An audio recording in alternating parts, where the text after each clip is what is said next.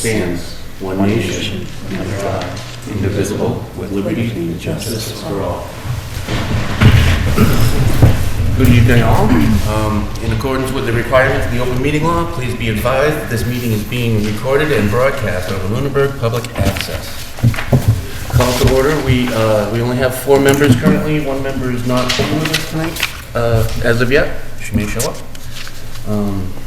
Public comment. Is there any public comment? Any board comment? Okay, we'll move right into our agenda. First thing is, we have 2 A&R plans tonight, 871 and 915 Northfield Road.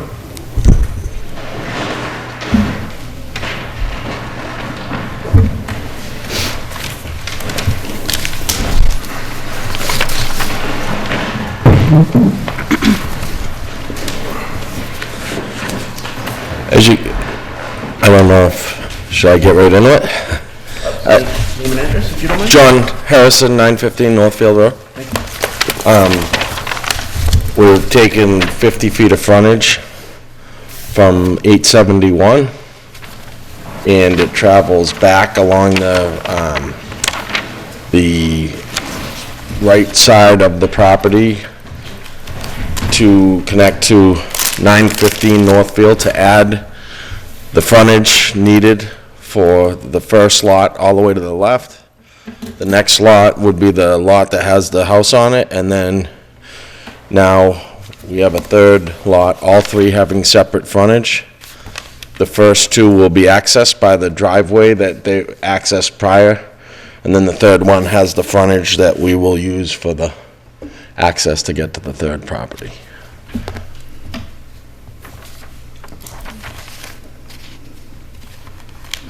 Anybody? Was that it? Yeah? That's it. All right. How wide is that neck down to? I have a 16-foot right-of-way Okay. to the right of it, and it necks down to approximately, I don't have it in front of me, but 7 feet. Okay. I don't think we have any regulation as far as minimum width of a neck. We do have a regulation about it counting as part of the area, though. If it's less than 20 feet? Beyond the principal building, is what it reads.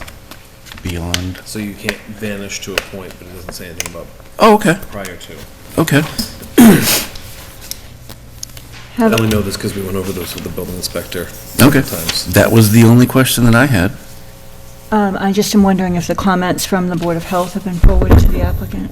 Yes. Yes, they have. Yeah, and I agree with all of them. Okay. Yeah, I noted that by email. Okay. Yep.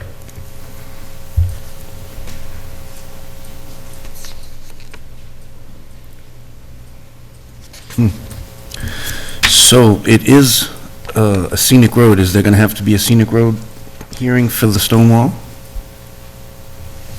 If he chooses to try and enter that way, yes. Okay. My understanding from what he just said is he intends to use the common driveway as previously approved. Okay. So that won't be disturbed. Will not touch it. Perfect. Perfect. We like our scenic roads. Any further questions, comments, concerns? I would take a motion then.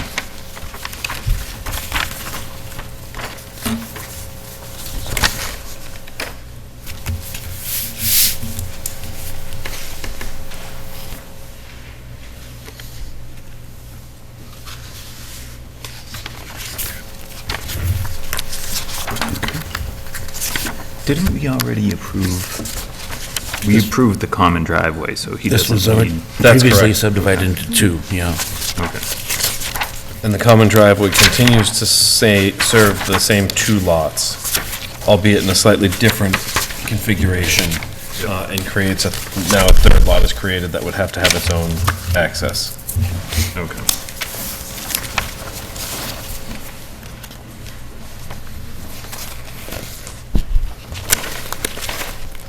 Anything else? I'm okay with it.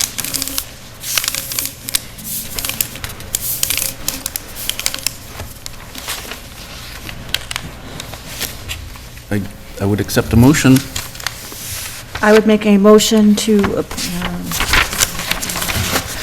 approve the A and R submitted for 871 and 915 Northfield Road. Is there a second? Second? Any further discussion? All in favor? Aye. Aye. Aye. Thank you. Thank you.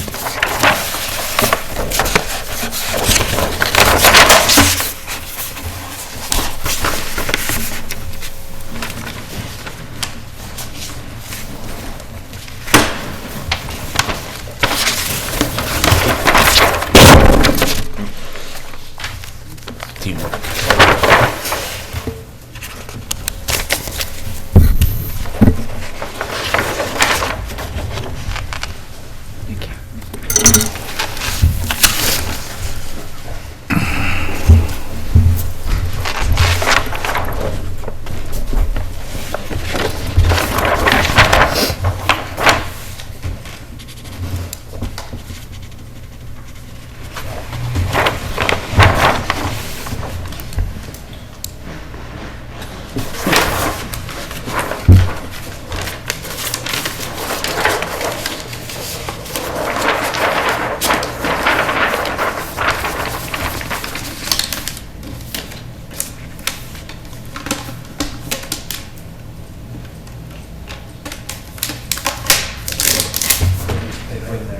Yeah, return that, fill that with the register stuff.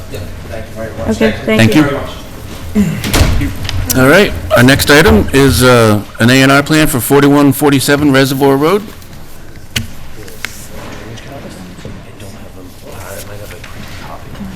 Good evening. My name's Steve Ballard from Whitman and Bingham. I'm representing 155 Reservoir Road Trust with an A&R for 41 and 47 Reservoir Road. There are two lots. They have reduced frontage, but contain the proper area. The location of the wetlands dictates that they have a common drive. The common drive splits the lot line coming off the street for the front setback and then meanders to follow the wetlands, to stay away from the wetlands. They have been through conservation and did get approval for the... Okay, hold on for a second. Sure. Can we take these two concurrent? Sure. Okay. Sorry. Go ahead. So if you have any questions, I can answer them.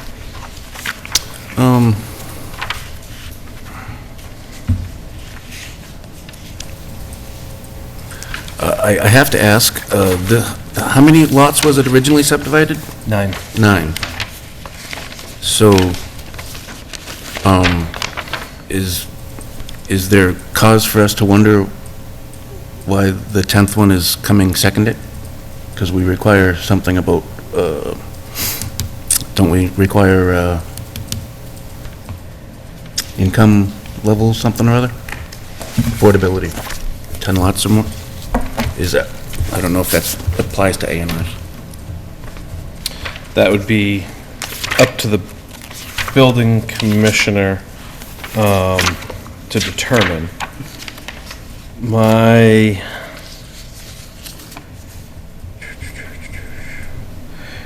It says a development containing 10 or more lots shall set aside 10%.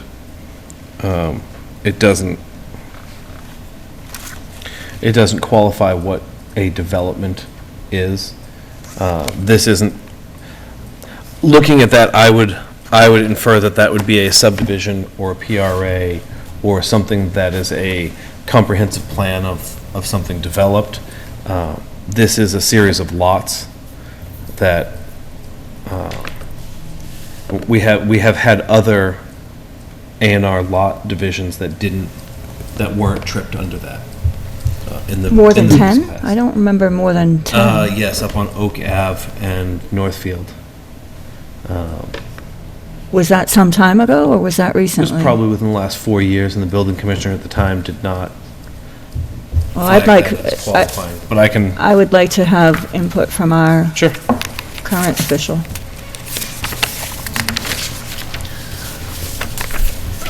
Do we recall what date that last A&R was, for the 9? for these 9 lots. The Excuse- date that this A&R was The originally date the done. first A&R was 2015. That's fine. Thank you.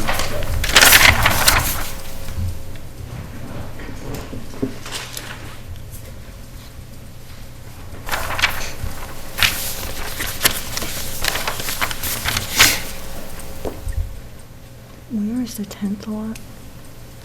Basically, they're taking lot 9 and they're going Okay. to the back. Okay.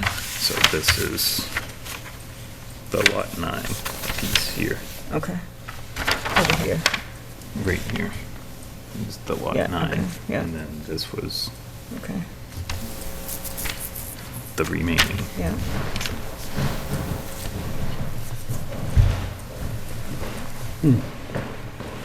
Adam, can I make a comment? Brian Marchetti, McCarty Engineering. I was going to be next to talk about the common drive. Back when this first A&R plan was created into 9 lots, 155 Reservoir Road only owned the front half, so there was 25 acres in the back parcel that wasn't owned by him. That was bought years later. So the last lot, being Lot 9, wasn't developed, because originally they had left an easement to get to the back parcel in case it was purchased. So when that was purchased in the end, instead of developing Lot 9, they maintained that so we could have access to the back 25-acre lot. So it's kind of the chronology of how this happened. It wasn't originally subdivided into so many lots with a plan of going in the back. So I'm trying to understand, what's the question? We have an inclusionary housing bylaw that if you create a development of 10 Or more. or more, 10% needs to be affordable, per the state formula for affordability. So the question is whether or not the division of the 9th lot and additional land into a 10th lot trips that. Okay. That lot wasn't, Yeah, that's the, that he provided. So, that doesn't indicate that it's under different ownership, does it? It would say under different ownership, wouldn't it?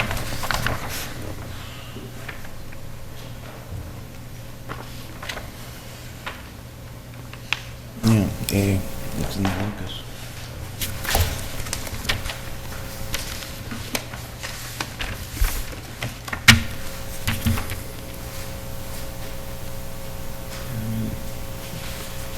My recollection was it was all commonly owned anyway.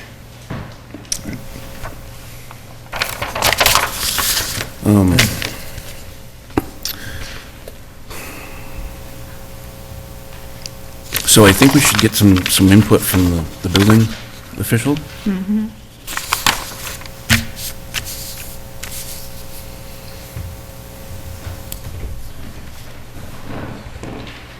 Yeah, is that a direction? Yes, for- I agree. I agree. So from can- who? From the building Our official. zoning official. Don't they review it when the A&R goes through the process? They do get a copy of it. But we want to bring to their attention this particular bylaw and get his input on that particular section. Did he mention it? And it says proposed lot meet zoning bylaw as written. But is he aware of the previous subdivision of the additional 9 lots? I can't say what he is aware or not aware. So that's why I mean, I'd I like know to- we've had conversations about this before, but I don't know. Well, I'd like to what extent. provide him a copy of the previous A&R coupled with this A&R, point him to And- that section and ask for his input. Okay, and my question is, does that affect the A&R? Yes, in my How? opinion. Doesn't that bring into effect a whole other permit? No. Now, the affordability, just- how does that play? It would just require, if that were the case, then one of these 2 units would be required to be affordable.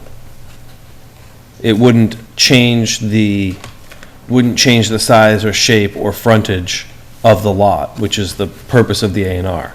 So by creating the A and R, you're not saying the lot is buildable, you're saying they have frontage and lot size on a road that has vital practicable access.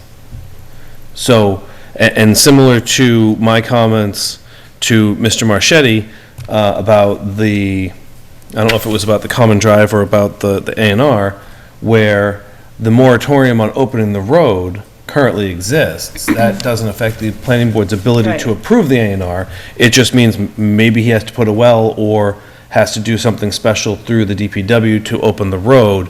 My assertion would be the same would be true for this bylaw, is it doesn't affect the physicality of the lot, it affects how what's built there is priced. And So what would and the, in the event that the building official determines, yes, this does trigger the 10%? Then he would handle that through the permitting process, Okay. through So he building. he would enforce the It would, affordability yeah, it would, component? correct, it would affect the permitting of the actual house. Okay.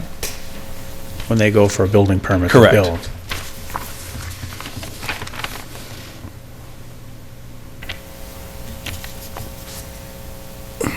Well, I guess in that light, how do we feel about that?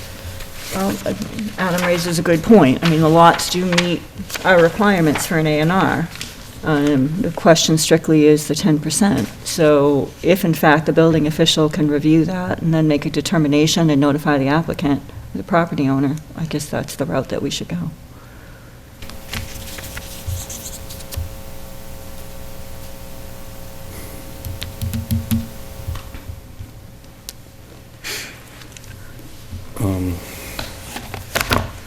And I certainly don't mean to pick on this particular development, please don't misunderstand, but we often have things that we require for the granting of something, and it never gets enforced, never gets followed up on, or it never gets done.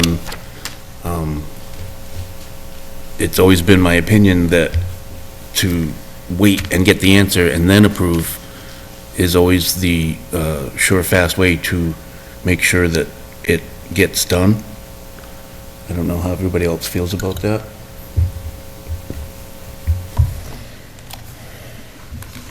What do you, I'm sorry, what is your? I'm not sure how waiting would make sure anything gets done. I'm right? sorry? I'm not sure how waiting would make sure something gets done, right? Because he's not going to come, We would have the official weigh-in from the building official. okay, so if he says one of the houses needs to be affordable, then, Seems like regardless of the outcome. yeah, regardless of the outcome. But that's a it's- zoning. Yeah, that's, issue. it's out of our, Okay, yeah, I no, guess. I guess that's true. Okay, any further questions, comments, concerns? No, I'm all right with that. Would take a motion. Okay, so I can't make an A and R contingent. No. No. So how do I do that? Because I want to make it a requirement that we send that letter to the building official. Do we just Well, do that then as part of our the board could take discussion? a vote to send that letter, Okay, and I would do Okay. that. okay, so And- do that as a second vote?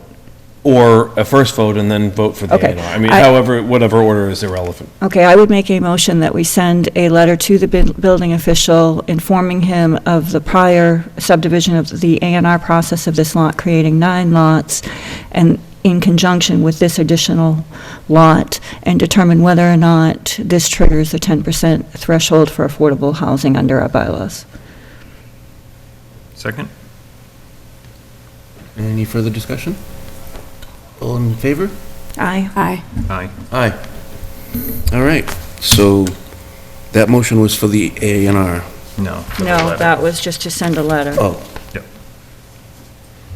I'll make a motion that we approve the A and R for 41 and 47 Reservoir Road as presented. Second? okay. Any further discussion? All in favor? Aye. Aye. Aye. Aye. Okay, now we have the shared driveway.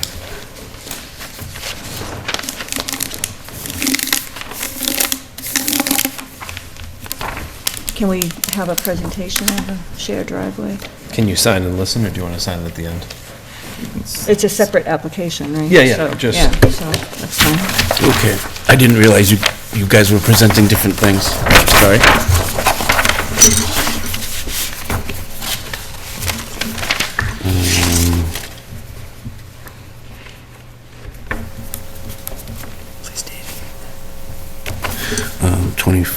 6.7.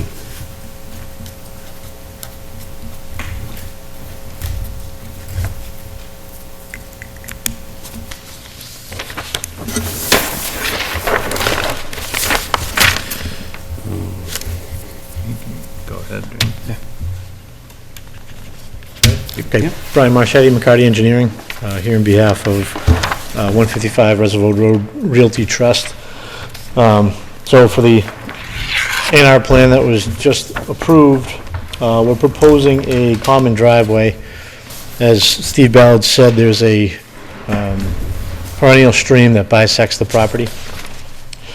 So in order to cross it to the developable upland area, we decided to go with a common driveway to minimize the amount of impact and disturbance to the resource area.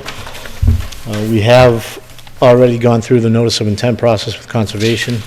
We received the order of conditions back in December, and that is for the installation of a culvert. So we are going to culvert the crossing and span it. So as I said, we did receive conservation approval already. You see in the first, or after a couple hundred feet of roadway or so, we do deviate from the property line with the common driveway, and that's in order to minimize the impacts and to avoid any disturbance in the no-touch zone, and so the grading only occurs within the 50-foot no structure. So as it's laid out, it did meet conservation's approval, and they voted for it, as I said, back in December. The plan was reviewed by town departments. There were two comments came back. One was from DPW regarding the moratorium on the roadway. We just ran into this in another instance in town on Elm Street. DPW required us to, for a water connection, to mill the full width of the roadway. So I'm assuming it would be the exact same type of installation for a water main connection here. Water is available in Reservoir Road, so we're proposing a 2-inch main connection to service these back two lots. They'll be served by septic, so we'll go through the Board of Health approval process with that. And again, electric, so there'll be just electric buried below the roadway. The other comment that came back was from fire department, just to ensure that the culvert is rated to handle a fire apparatus. Lunenburg's heaviest vehicle is 40,000 pounds. He recommended a 50,000 pound. This culvert is designed, it's a Contech pre-manufactured structure that's delivered to the site. Foundations are poured and it's placed on it. So it's designed to withstand the HS20 loading, so it exceeds 50,000 pound load rating. So that'll all be reviewed again in submittals as part of the building permit process. So this is designed to exceed what the fire department was looking for. As the driveway is long, it's about 1,040 feet to the property line, to the second lot. So we provided a 40 by 40 paved truck turnaround for emergency access vehicles. Again, it was reviewed and accepted by fire.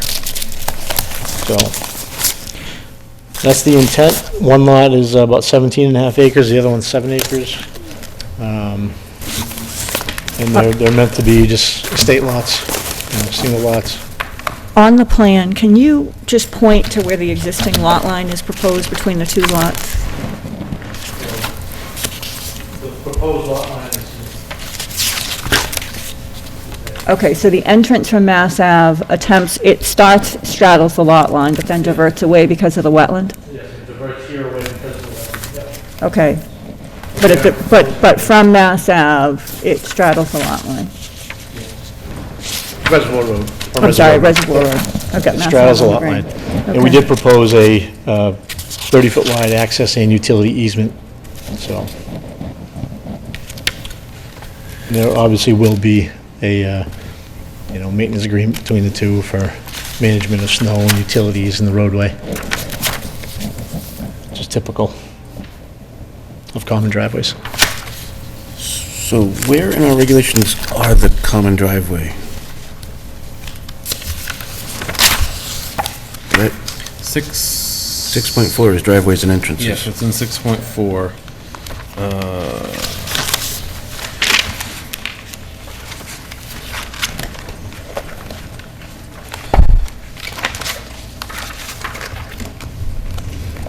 K, page 139, 6.4,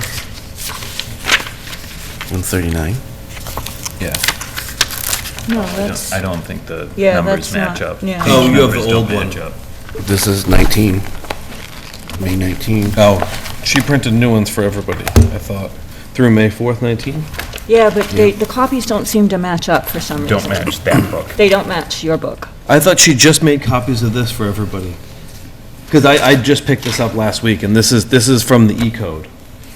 Okay. But it's K under, 6.4, that's B, Oh, okay. 5K. So it's 109 on ours. 109.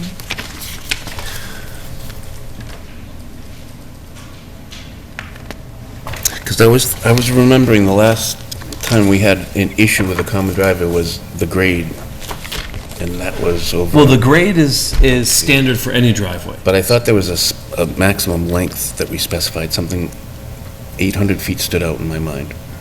I don't believe there's a maximum driveway length, because we have, Maybe it was 800 feet that the first driveway speared I think off. that's what it was, and there was it's a 12% grade. Right. Is the maximum. That's in grade general. For, yeah. Right. I don't think that's an issue here. No, we're well under that. We don't have a Yeah. maximum length. We do not. It states that such driveways should be permitted only after issuance of a building permit. So we're approving it, but the permit wouldn't be issued until the building permit's issued, correct? I'm sorry. The driveway permit. Right, a driveway permit. Yeah, the driveway permit Right, comes as part of the after- building As part of the permit building permit process. application, right. But what okay. you're doing is you're exercising 2 under K. Okay. If such a common driveway cannot be located as determined above, a determination may be made by the planning board and building official for other acceptable locations. Okay.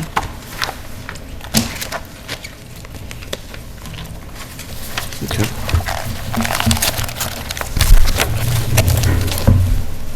And this is something that, through your approval, you can issue condition that it has a 50,000 pound loading, or whatever other reasonable condition you choose to install.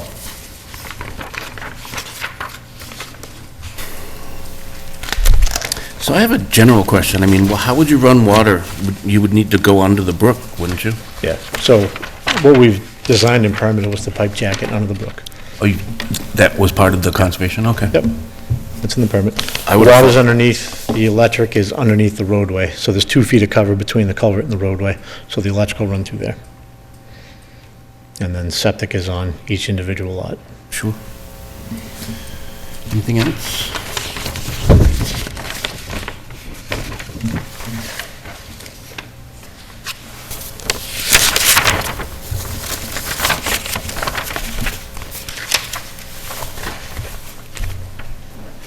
The comment from I understand the condition of the culvert, but the condition on the road opening permit, that wouldn't come under our purview, that would be... No, because if he chose to not run water and install wells, Right. then that comment becomes irrelevant. Right, okay. Or they could wait the 5 years. Correct. I'm sorry? Or they could wait the Right, 5 years. Right. But we don't have any authority. Correct, and as part of connecting to the water line, he would need a road opening permit from the DPW anyway, and they would have the right to issue their own conditions as part of that permit. I mean, it's not an approval in front of a board, but he needs to go and see the DPW director and meet whatever they require as part of that.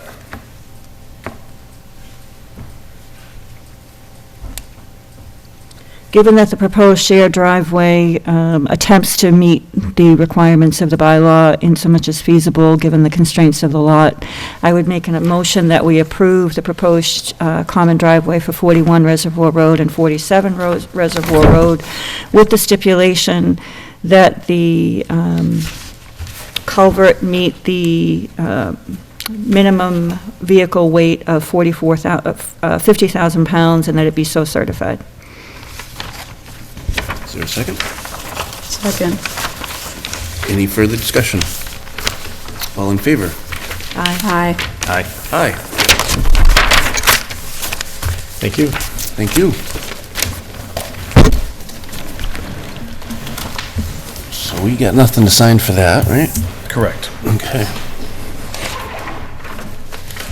You'll have plenty to sign later.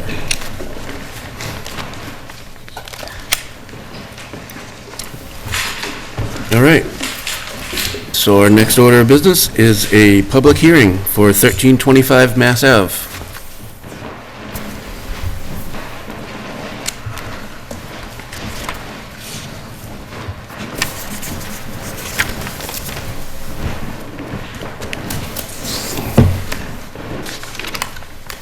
Good evening.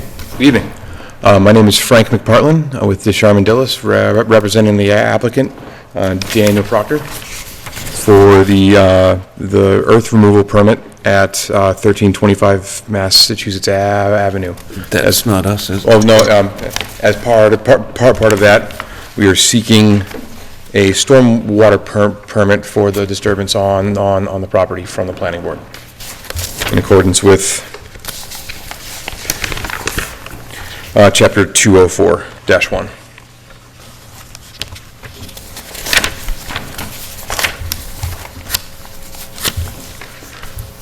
So the applicant is proposing to remove approximately 50,000 cubic yards of material from the property.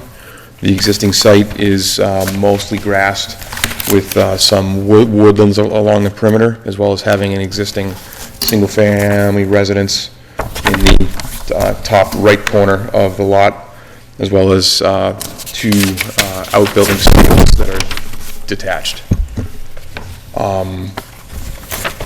The plan is to maintain a 20-foot buffer along the outside of the property, along the perimeter of the property that will remain wooded and untouched by the development, by the earth removal.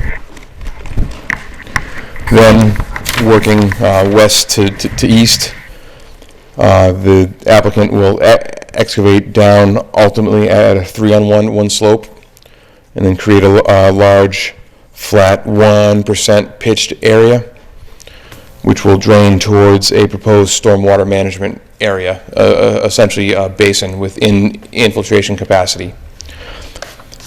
This basin will discharge discharge on our property into the existing wetland buffers. We have been in front of the Conservation Commission and have a continuance to February 5th due to not having a DEP file number. We have also received the earth removal permit from the Board of Selectmen last week. The stormwater basin itself is designed to handle flow from both the what would be generated from the earth removal, as well as potentially as much as a 77,000 square feet of impervious on this flat area. The parcel is zoned as commercial, and the applicant wished us to design a basin that could be constructed while he's doing the earth removal activities that could fit possible future development on the property. So we're trying to plan ahead at this site, and then not have to touch the basin in the event that this is developed in the future.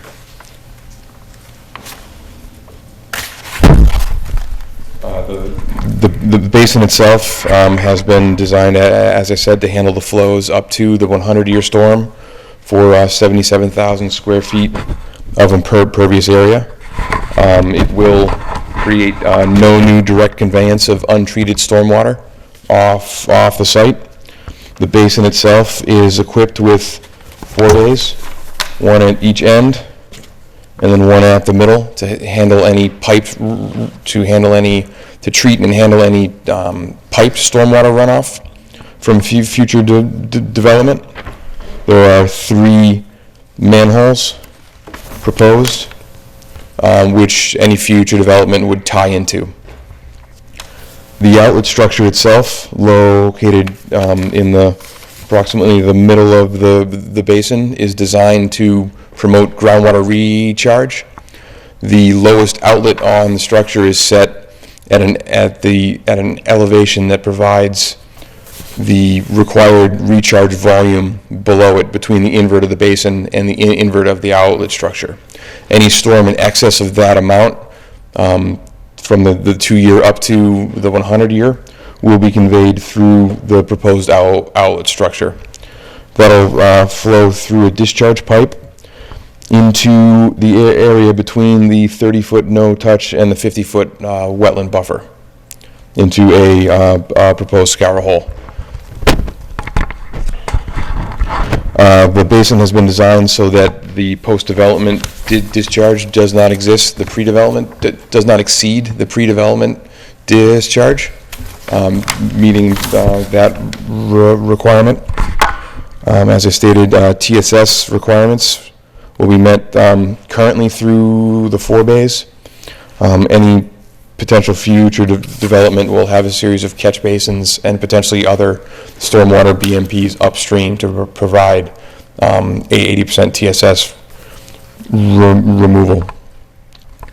The site itself will not be a higher potential pollutant load site.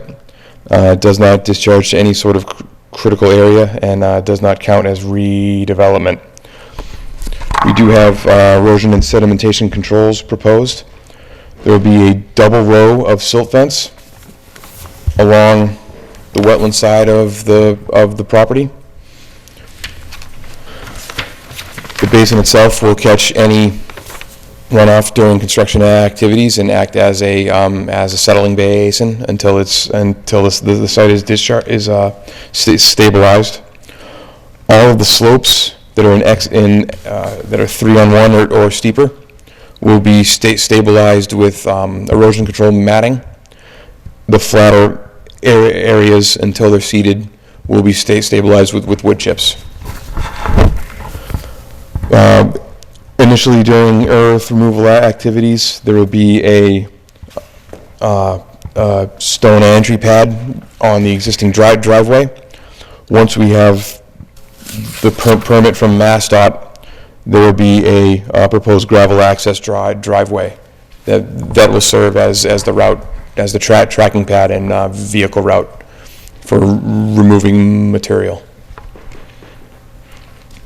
And in conformance with the requirements of the bylaw, and operations and maintenance plan was provided along with the SWIP itself.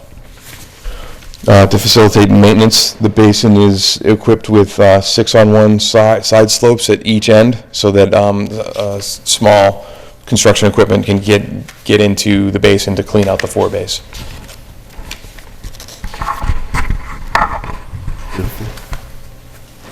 That's it?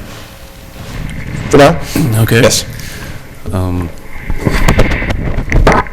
me start with, I appreciate the extra length on the access, gravel access. That'll help keep the trucks cleaner. Now, with this permit, I believe they will be required to keep the road clean, and that'll... MassDOT will probably enforce that as part Yes, of their access permit as well. Correct, yes. And in the event that anything does track on to the road, the applicant is responsible for that cleanup.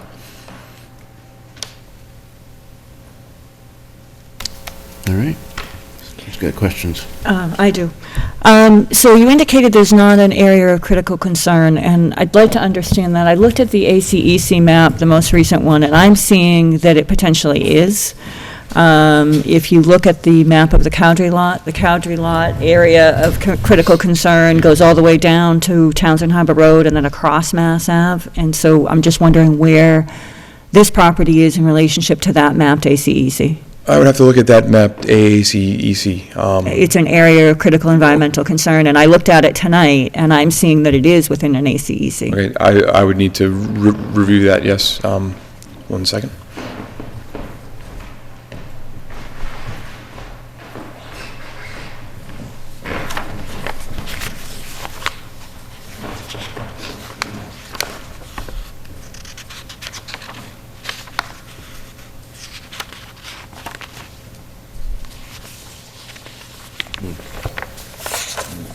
that data layer is not on our GIS. No, it's not on our GIS. You have to go to the state. Actually, it might be the EPA. It actually might be the Is that EPA. like watershed protection? It's or- area of critical environmental concern for habitat. Yeah, Oh, is that the habitat for the, that might be for the bats, which we cover in the SWIP, which is for, I believe, the bulk of the state, it's a maybe area. I don't think it is a maybe area, so that's something maybe, you had mentioned that we have review comments from our do. engineer, so maybe we can talk about that as well. I have a note to look into it, but it's not on the review comments. I read them just Okay. before the meeting. Like I said, I pulled up the map this afternoon, and I'm very familiar with that map because I've done a number of filings for another project, and Yes. it does show on the ACEC map.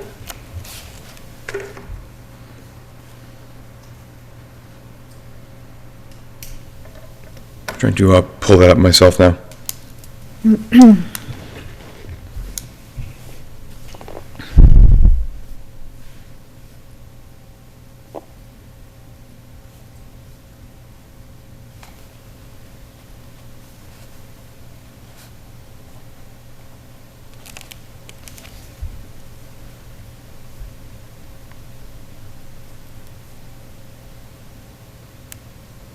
While he's looking that up, I also have a question, and I know that they're not an official voting, reviewing authority, but we do have a town stormwater task force, and I'm wondering if they have had an opportunity, or was this application forwarded to them?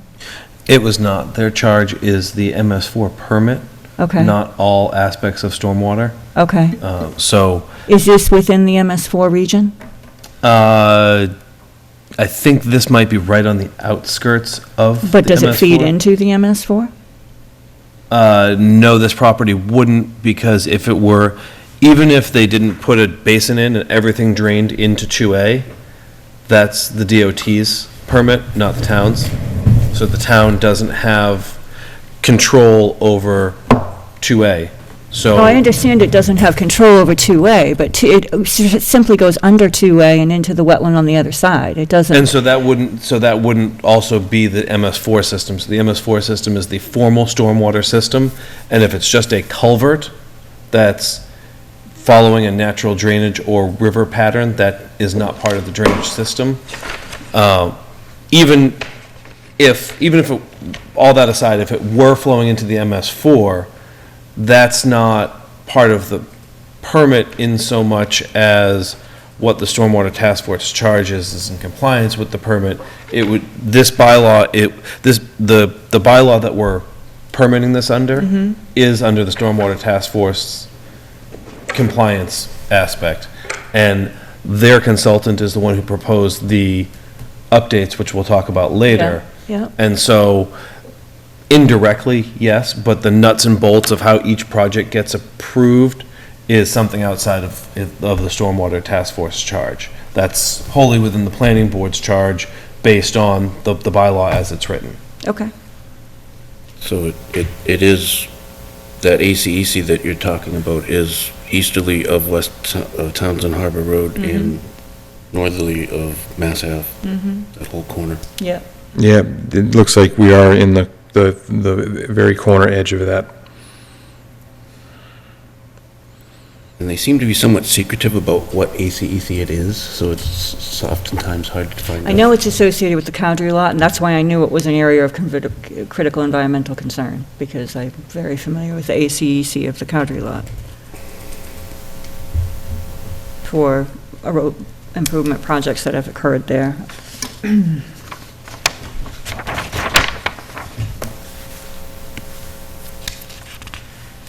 So I've had an opportunity to take a look at the Conservation Commission hearing and the Selectmen hearing that, relative to this permit. And the biggest question that I have is the pre and post development and the stormwater. So I've heard about the earth removal permit as phase one, and then the second phase to be some type of dwelling. And I've heard both a single-family home, and then I've heard potentially commercial. And looking at our bylaw, it talks about the requirement to comply, proposed improvements, impervious surfaces and drainage facilities. So my question is the sequencing of this, because while this stormwater area may be designed to accommodate the post-construction of the earth removal, I'm not sure that it will comply with the post-construction of the previous, and knowing that that is going to happen in a very near time, I'm questioning why we're not looking at both of those. Additionally, I've heard a time frame of 1 year to 3 years.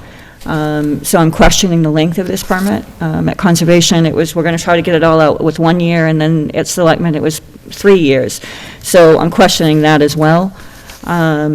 So when you talk about, and I actually asked Adam, I left my stormwater calcs at the house, but there's a section in there talking about the fact that we didn't have to do a full stormwater analysis because we don't exceed the thresholds, but I'm questioning whether or not we're going to exceed the thresholds when and if we get to phase 2. So that is my biggest concern, is because I think we're looking at a very small portion of this project, knowing that there's a much larger project coming, and I think it's short-sighted. And given that this is an area of critical environmental concern, given that I'm very concerned about the total suspended solids and the potential impact of that. Phosphorus is a huge problem in this area and within this watershed. So I think we need more information about exactly what's happening on the site. And valid concerns, and we can only react to what the application put before us is. And my conversations with the design engineer as they were developing this were, we're going to do something there, we just don't know what that is right now. So it's hard to review and permit the unknown. So whatever is done there in the future, it's not going to be a single-family home because it's a commercial zone, and that would be a use variance, which we don't permit. We don't, but ZBA does. No, we don't. No. There's a home in the commercial district on Summer Street because it was allowed by ZBA. Well, that's a separate issue, and that wasn't a use variance, it was a more complicated approval. But this is a vacant lot that doesn't have any pre-existing use. So a single-family home won't go here, it'll be a commercial use of some manner. Well, this is a single-family, there is a single-family home on this But the property. single-family home remains. Right, existing. right. It was So there it's, So right. if they were to divide this property, because Yeah. if they're not gonna tear down the single-family home, then the rest of this lot continues with the single-family home, and they're not gonna build anything on it, Okay. which seems unlikely. Right, So I'm going to infer that either that single-family home disappears or is divided off into its own parcel, leaving a vacant parcel of commercial land, which would then be developed into a new commercial use of some manner. Under Section 8.4 of the bylaw, they would be required to file site plan approval. At that point, they would be required to meet the current stormwater management standards for this Commonwealth of Massachusetts, which would require a new filing of stormwater calculations detailing how the proposed or existing, in this case, stormwater basin and the appurtenant facilities within the parking area and building would meet those standards. And we would be having this entire conversation again about total suspended solids, phosphorus, et cetera. So I understand your concern, and I think it's a valid concern, but without them saying, well, we're gonna build an Aldi that's, 25,000 square feet of building and, 15,000 square feet of parking area, and here's how we're gonna do it, and this is what the stormwater system looks like, it's difficult to really have any comment on that, because it could be something that's much smaller than that. And if I may, the way the basin was designed, we're assuming 77,000 square feet of impervious. Yeah, I know Yes, that, yeah. so the basin was sized for that, the flows were calculated, the existing and proposed flows were compared based on that potential maximum of 77,000 square feet of impervious. But you haven't done you did drainage calcs, but you haven't done a full stormwater plan, correct? If I understand correctly, and that's why I was looking for a copy of the calcs, because I read somewhere that because of, you meet the pre and post don't exceed the requirements, so therefore a full analysis wasn't done, which is why we simply have the drainage calcs. And my question is, given that it's an area of critical environmental concern, given that we know there's going to be an additional 77,000 or some other number, I'm wondering if we have enough information about the hydrology of the site. So the proposed site, under the interim condition of the site, there wouldn't be any new impervious on the I site. So understand in phase one, right. calculations for recharge and some of the TSS removal would kind of be moot at that point. What we've provided is a way to have a constructed basin with some pre-existing TSS removal capability that then a future development can tie into. And then that future development would prove its TSS removal, would prove that the basin provides enough recharge and enough stormwater control and enough phosphorus protections during that application. What is your TSS proposed as constructed? As constructed, the basin will have sediment forebase at, Which will be cleaned by a vacuum truck? Which will- Here, and you have that maintenance plan? correct, yes. That's one of my other concerns, is the ability to clean that. I don't believe the town owns a vacuum truck. We would And not. This would be private. I understand that, but in the event that development, and then we're going to continue to use that detention basin, then it would become the town's. This would be commercial. It would never become the town's? It would be like Walmart or. Unless it's a single-family home on an accepted way. Well, no, because this is not that's not a permissible use in a commercial Unless zone. they get a ZBA permit. Well, Well, I thought Matt said that that's possible. No, the previous. Happened, I don't know. The that it's possible. previous house that was approved in the industrial zone was determined to be a pre-existing non-conforming use. And they obtained a special permit to convert one pre-existing non-conforming use to another non-conforming use, Okay, which is not a possibility in this instance. okay. Because If it's if they're going undeveloped, to, I see. if they say, we want to live here, then there's a house there and they're done. Okay, And if they want to divide the house off and sell it, then you've created a lot that has no use other than vacancy. And so installing a new use on that would require you to meet the use table. okay. And the other case was somewhat complicated and controversial, but Okay. The planting plan, there was some talk about reaching out to abutters and looking at planting and deciding, and our requirement is that the existing and proposed vegetation and ground surfaces with runoff coefficient for each. Do we have that? I'm sorry, can you repeat that? The requirement is to provide an existing and proposed vegetation and ground surfaces with runoff coefficient for each. That is in the stormwater Yes. report with runoff So we have a coefficients for planting existing plan? and, you have existing and proposed runoff Runoff, but we don't have a coefficients, planting yes. plan. The planting that is proposed is the screening trees located along this property line at what will be the top of the slope.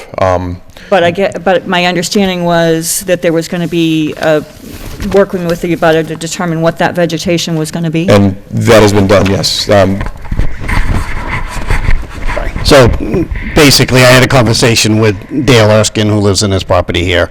She just wants to have a site walk because there is some existing trees there, there's some oaks, there's some cherries, maples, what have you. I said, I'll meet with you on the site, you can tell me which trees you want me to take, which ones you want to leave, but we basically just proposed the planting of some arborvitaes along her property line. Arborvitaes? I'm sorry, Dan, can you tell us who you are? I'm sorry, Dan Proctor, 1529 Mass Ave, Thank you. applicant. And those arborvitaes, along with the interim grass condition, are all included as in the curve numbers in the stormwater report. Those would all fit into the the existing wooded vegetation and the grasslands. So one of the requirements for conservation was that you identify the species, the density, and the schedule for planting, and you're going back to them on February 5th. Going back to them on the 5th, yes. We are also on the plans codifying that 77,000 square feet of impervious surfaces. Yeah, I saw So, that. so this, it will be on the plans and on the permitted documents, so that wherever this goes, they will know that that is what this site has been designed for. And if you come in with 90,000, you need to do some work on the drainage. So the other thing is timing, schedules, and sequence of development, including clearing, stripping, rough grading, construction, final grading, and vegetative stabilization. And I don't know that we have a schedule. We have a plan, but not a schedule. And that's one of the concerns that I have, is because I've seen a one-year plan, a 3-year plan. So I'd like to know what the plan is, and what the sequencing event, especially for stormwater stabilization, is going to be. As far as the construction sequencing goes, first the erosion control barrier will be installed along the entire limits of the property, and then the first area where earth is to be removed is to construct the basin itself first. That will provide protection from the wetlands and all downstream areas once the remainder of the earth removal commences. I believe it's on like an as-needed basis for the material, Dan? So, like I said at the selectmen's meeting the other night, I mean, unfortunately, we're looking into a crystal ball as far as, hopefully it all happens in 1 year. That would be the best financial answer. But again, every earth removal permit is revisited on a 1-year basis. So if we don't have all the material taken out in 1 year, then we, apply for a second year, that type of thing. So in a perfect world, I'd love to say, yes, it's going to be out of there in 1 year, but I can't guarantee that because I don't know. It's just one of those things in life. So ultimately, but again, like Frank is saying, the first thing we always do is we protect the wetlands along the edge with erosion control, with the drainage, what have you. That is always what happens first. So, as we work our way into the site, we stabilize the slopes. We just continue, removing earth, putting loam back when we're done, stabilizing it, go from there type of thing. It's pretty standard practice. So I guess I'd like that spelled out. That's a reasonable thing to request. I'd like that spelled out. And additionally, in regards to the ACEC, our requirement is that stormwater discharges to critical areas must utilize certain stormwater management BMPs approved for critical areas. And I'd like to know whether or not this does it meet that requirement, since it is an ACEC.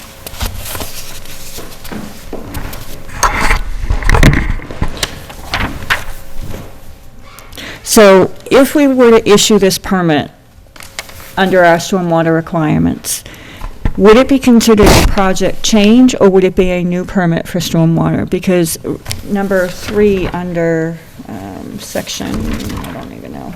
Well, it's a new project. Okay, because project changes, the permittee or its agent shall notify the special permit granting authority in writing of any change or alteration. So this is just if this project changes, and then when a subsequent project comes forward, then they would have to come back? My read on that is that they're permitting this right now, telling you that it's going to handle 77,000 square feet of impervious.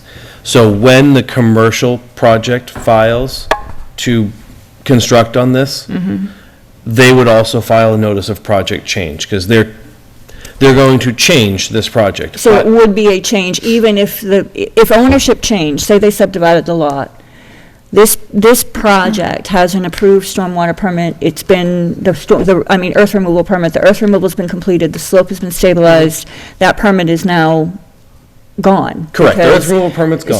So, and that's what triggers our stormwater review.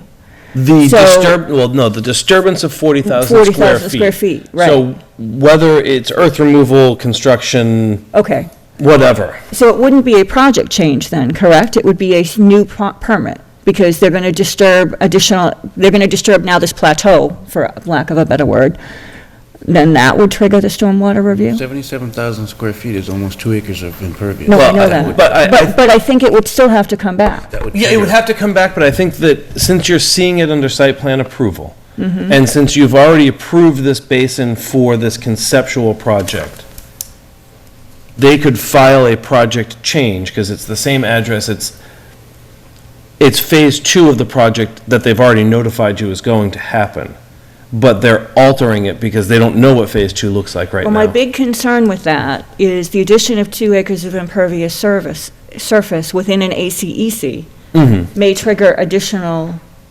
BMPs.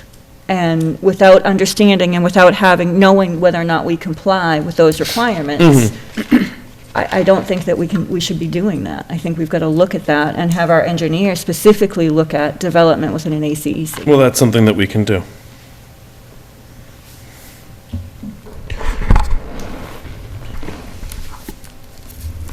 And that would be for the future development. No, that would be for this one. Because what is being said, at least the way I'm understanding is that this basin is designed for up to 77,000 square feet of impervious surface. So if the proposed development future complies with that 77,000 square feet requirement, it would be a notice of project change because they're going to a commercial use, but it would not trigger a whole review of a stormwater application. That's what I'm hearing you say, unless I'm misunderstanding. But you're going to review the stormwater calculations as part of the site plan anyway. Why? Because we're reviewing. it's required under 8.4. Okay, but that may be, in fact, be these ones that we're looking at, correct? No. I wouldn't expect. No, Okay. The proposed conditions in this stormwater report specifically speaks to how the basin was constructed, essentially for flow control and some TSS controls that are appropriate for being constructed at this time. If an engineer comes in with further development of this parcel, there will be a catch basin network or drainage swales, potentially manufactured treatment devices, depending on what the ultimate commercial use is. So there will be a whole nother level of detail that would come in So on the that would be site plan another review. stormwater permit, correct? Well, whether it was a new permit or you said you could file it as a project change, under the project change, you have the right to determine that it's significantly different and requires a hearing. Okay. So I would recommend to anybody who came in this instance, whether it was this project or another project that was similar, that they file a notice of project change. Okay. Because you've been made aware that this was not designed in this manner. And now we're executing phase 2. Here's the additional detail. You have review authority over that under site plan approval anyway, requires a full series of stormwater calculations that meet stormwater But management. not the public hearing component. Well, there's a public hearing that goes along with site plan approval. Right, but not So- for notice of project change. Correct, but you're getting all of this information, you're having a public hearing, and in that process of review, you could say, you know what? We also need to issue a new stormwater management Okay. permit because of It would be at our these discretion. items. Correct. Okay. The bylaw gives you that discretion. Okay.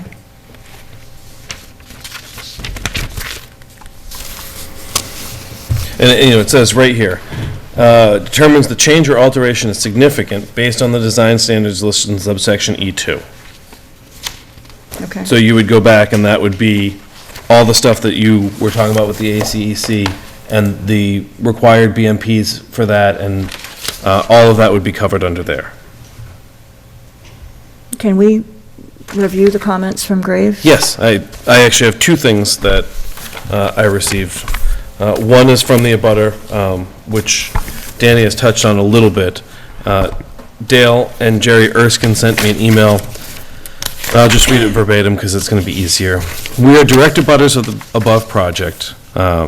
noticing 1325 Mass Ave. We will not be present at your review of the project as we are on a pre-planned vacation returning on February 1st. Our concerns are about the length of time the project may take, the noise and dust from the process of removing all the material, and the needed vegetative buffer for our comfort during such removal. Such a large earth removal project may take much time and have an impact on our day-to-day life for a year, at least. We have made some wonderful, peaceful walk-through gardens at our home and puppet theater and are concerned about such a huge project. Knowing that it is a commercial property, we hope that you will enforce a substantial evergreen tree buffer for the border of our property to ensure some help with the noise and dust from such a project. Another question also would be, will there be a screening process going on at the project, or will they just be digging and removing material? Noise from screening can be deafening. Thank you for your time. We would like to come on February 3rd to just go over what you've gleaned from your meeting if possible. Was that to us or to the select board? That was to me. Okay. And I did. Do we have a meeting February 3rd? No, she wants to come into the office and speak with me Oh, about okay. the outcome. Okay, sorry. And I did email her back. The majority of the concerns she outlines in here are earth removal concerns. I told her that I would certainly read it to the board, and you guys may have follow-up. My understanding is that there is no crushing or screening happening on site? There is screening of Correct. topsoil, Yes, if there- I understood correctly. There's limited screening of just the topsoil, which is limited to the first 2 feet of material per the Board of Selectmen. And one of the questions I would have is, where is that in relationship to the stormwater? I would like to have that shown on the plan. Because where it is, I don't know where on the site it's going to be or where it's going to take place, but I'd like to understand the distance from the stormwater detention areas. Dan, would that move? Is that, Sorry, you want to know where I'm going to screen Where loam? the screening is going to happen, yep. Well, typically, when we strip loam, we use gravity, so we always strip downhill, so we'd probably be screening someplace here. And what protections would be in place there to prevent, because my understanding is the flow is going to go from that hill down into that detention basin, in that detention area. So what protection is going to be in place if you're doing a screening operation? I'm assuming you're going to have piles of material in order to be screened. What protections are going to be in place to prevent that from running into that wetland? Well, I think Frank mentioned earlier, but if you want to talk about it again. yes, so the erosion control plan specifies that all topsoil, all stockpiles stabilized as you go, are stabilized and protected with silt fence. But what about the screening operation itself? I mean, I don't understand how a screening operation works, but I would assume that you don't take a pile, finish it, and then clean up the area and then stop. I mean, I'm assuming it's an ongoing operation. It would be ongoing. You're not going to stabilize that. Well, so they're also protected by silt fence barriers around the downhill perimeter. Again, that raises a real concern for me because of the ACEC component. And where those piles are going to be in relationship to, and what that flow is from those piles to that detention area. Typically, wrap a pile in erosion control. So I would like to see that on the plan. That certainly impacts stormwater. Let me just review that on the erosion control notes. I'll be 1 second. And if you'd like, I can go over, I received the letter from Graves Yeah, I think if we about can go 5 through o'clock today. So, Mr. Walsh indicates there's no issues from his perspective relative to the stormwater or storm sewer bylaw, that a signature block is required on the plans per our rules and regulations, that the hydrology computations are found to be in order relative to the pre-development and Phase 1 post-development conditions, provided that comment 4 is addressed. Phase 2 post-development computations appear to be reasonable but can't be confirmed until the future Phase 2 development plans are submitted, which, again, we've heard here tonight. So comment 4, that was comment 3. Comment 4, there appears to be a typographical error on sheet C21, and Frank, I'll send you and Dan a copy of this tomorrow. The invert elevation of the 3-foot wide weir is shown as 401, while the hydrology computations lists the invert elevation as 402. Compliance with the DEP Stormwater Handbook is reasonable for Phase 1, as except noted in the following 3 comments. Comment 1, stormwater basin berms constructed in fill need to have a core of low permeability soil to prevent lateral water seepage for long-term stability of the basin. Perimeter erosion controls, approximately 70 feet in length, should be provided on the east side of the entrance between the earth removal area and the new culvert under the driveway to reduce the amount of sediment that could enter the concentrated flow path at the culvert. And per Mass GIS, the southern portion of the site is located in the Zone 2 of a public well, and therefore DEP Standard 6 applies. The Zone 2 boundary needs to be shown on the plans, and stormwater report needs to be revised to recognize the Zone 2. Then there's a few more comments. GEI recommends sheet C3 be revised to propose grass or other vegetative cover instead of wood chips at the south end of the site on the slope from elevation 410 feet and lower. Wafer-shaped wood chips on slopes can be prone to displacement by runoff. The Phase 2 hydrology calculations show that there will be only 0.89 feet of freeboard as measured from the top of the berm to the peak water surface elevation during a 100-year storm event. A minimum of 1 foot of freeboard must be provided. During design of Phase 2, riprap aprons will need to be added for the 3 future discharges into the stormwater management area for drain holes DMH1, DMH2, and DMH3. General engineering comments. The drainage pipe sizes, slopes, and lengths need to be included on the plan. The design engineer should consider shifting the outlet control structure to the west a few feet to allow water in the southern and northern portions of the stormwater management area to pass by the outlet control structure freely and to provide cover over the outlet pipe. Considering the size of the weir openings, the outlet control structure construction detail on C2-1 should include a bar tack across the weir openings, and drain manhole detail on C2-1 should be revised to include an invert channel. It could be clay brick or cast-in-place concrete.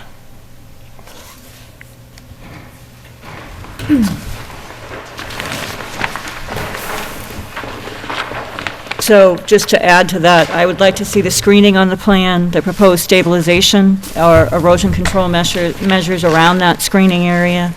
I'd like information on whether or not you comply with the BMPs within an ACEC. And I'd like to know, there was one other thing and I can't remember what it was.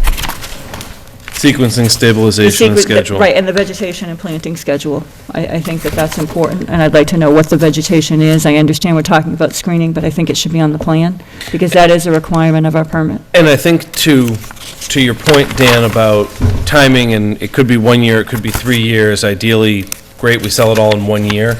I think what I hear Paul looking for is, we're going to do this first, and when this happens, this triggers this next thing. Exactly. And this is how we're stabilizing the thing that we just wrapped up as we move on to this.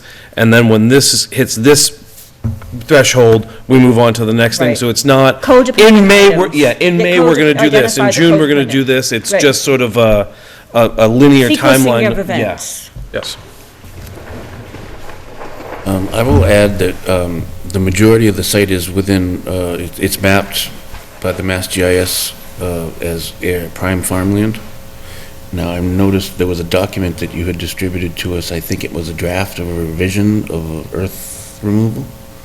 And I think it actually had agricultural soils, I think it may have. a definition. Well, I was going to comment on that anyways because it didn't correspond with what they call the stuff, on the Mass GIS. But it is, I would say, probably close to 80% of the site is within the mapped areas of prime farmland. So if that doesn't add to another question, it's existing currently in chapter? I don't know. I don't believe so. No? I believe the transaction is complete, correct? Okay. If that's the case, the topsoil may be more valuable than you'd thought. Well, and that raises my concern potentially for impact to the wetlands, because agricultural soil, depending on what agricultural use there occurred prior, may have an impact on the wetland, depending on the latent phosphorus, depending on the latent nutrients. So that raises an additional concern. I believe it's been a horse property for a really long time. There's 2 stables Okay. proposed to be removed, so. Okay. I believe it was, Well, it's still, knowing both of those components, that it's within an ACEC and it is agricultural land, I certainly would like Graves to weigh in on that. yep.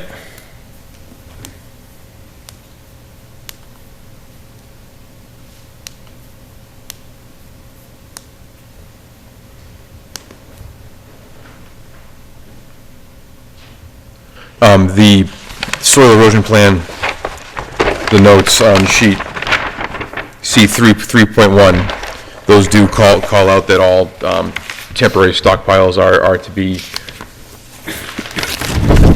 Stabilized, right. are to be stabilized and have silt fence placed around their Right. limits, which will keep silt-laden runoff from. I running did see down. that, but my concern specifically is relative Yes. to the screening operation. Yes.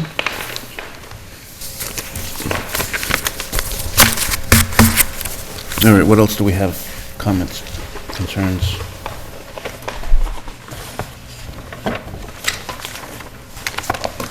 So this hearing is going to get continued, I would expect. right? Do you have more questions, clarify anything that we've brought up? I don't believe that I do at this time. Okay. So, ask for a continuance? Certainly. To when? When do you think is reasonable? Our next meeting is February 10th, and then our following meeting would be February what? 24th. 24th. I would say February 10th. Okay, so that would have you returning stuff within a week. Are you sure you can meet that requirement to get everything done within a week? Are we going to have time to ask our questions and have those answers Graves. relayed to them so that they can provide answers as well? I think it's a really tight time I frame. do too. It is, but I can certainly, I mean, we don't ask a lot of Jeff, and I think if I give him this information, he can turn it around relatively quickly. I'm concerned with the ability to comply with all the BMPs and really understanding the requirements and whether or not those changes can be made, and what, if any, are going to be required. But if you think you can do it in a week. Because mean, when would the information have to be provided? We require it the Tuesday prior to the meeting, So you'd have So to get we'd that need a week. information by next Tuesday, by tomorrow? a week from A tomorrow. week, I was going to say, that's impossible. A week from tomorrow. So, I mean, I can communicate with Jeff first thing in the morning, and how quickly he gets Yeah, back. but he's going to need the revised plans in order to review, because we need revised plans. Well, correct, but he may have some other information. So, when we get information from the applicant, we would. So if we receive the revised plan by next Tuesday, does that give Jeff adequate time to I think review so, it yeah. and get back to us in time for the hearing? Because his comments, he's just checking to make sure they've But complied I with those. think we've changed Well, things. I understand that, and then he would be reviewing the additional items on top of that if there were. Yeah, Well, worst case scenario, we continue to Continue the it again. 10th, and then we. Yeah, and Yeah, we have to. I think we're better off saying February 10th and then continuing to the Correct, 24th yeah. versus just jumping. well, especially if the applicant it was is us confident saying that he'll they be can ready. have that Yep. done. Yep, okay. I would make a recommendation that we continue this hearing to February 10th. Second? Any further discussion? All in favor? Aye? Aye. Aye. Aye. Thank you. Thank you.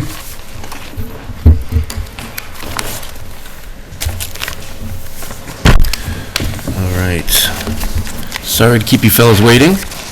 Next on our agenda is the APDC Chair, Brooks House discussion, and also scenic road violation, Holman Street and Northfield Road. I'm Richard McGrath, 22 Cushing Lane, Chairman of the Architectural Preservation District Commission. And Colin Dwyer, 76 Main Street, clerk of the Architectural Preservation District Commission. Welcome. We had some questions about the Brooks House. To our understanding, the town has moved to sell and remove the house with the stipulation that when the house was sold, it would be removed from the site. The APDC thinks that scenario is unlikely, leading to the demolition of the house at a cost to the town and a loss to the Architectural Preservation District. We'd like your input on what the possibilities are to make that lot conforming so that the house could be sold and stay in its position. Well, I'll start off by saying that that is still one 55-acre parcel. It is not a lot. It is a 55-acre parcel that has school buildings that are controlled by the school. They have the TC Passios, which is not controlled, which is controlled, I believe, by the selectmen now. And the Brooks House, which is that also selectmen? That's a great question. So it might be three different groups of people. The only person who's in the Brooks House is John Londa. So, But it's the parcel is one parcel. yeah. But the school parcel is parcel with that. And for a long time, Brooks House was the superintendent's office, so I'm not sure who has control. I believe it's the Board of Selectmen. I believe it was transferred to the Board of Selectmen. If they've made those moves that they made, then yes, it is. But then I would question if the lot were to be divided, who would we be dividing it from the school, from the town? There's been multiple renditions of a proposed lot line. But and nothing has been done. No. Right. Well, and I think the challenge with that lot that we're going to run into is there's too much going on there in terms of the library. The library has an easement for the drainage. The wetlands, yeah. That goes all around the Brooks House, and then you have the driveway that services the buildings behind.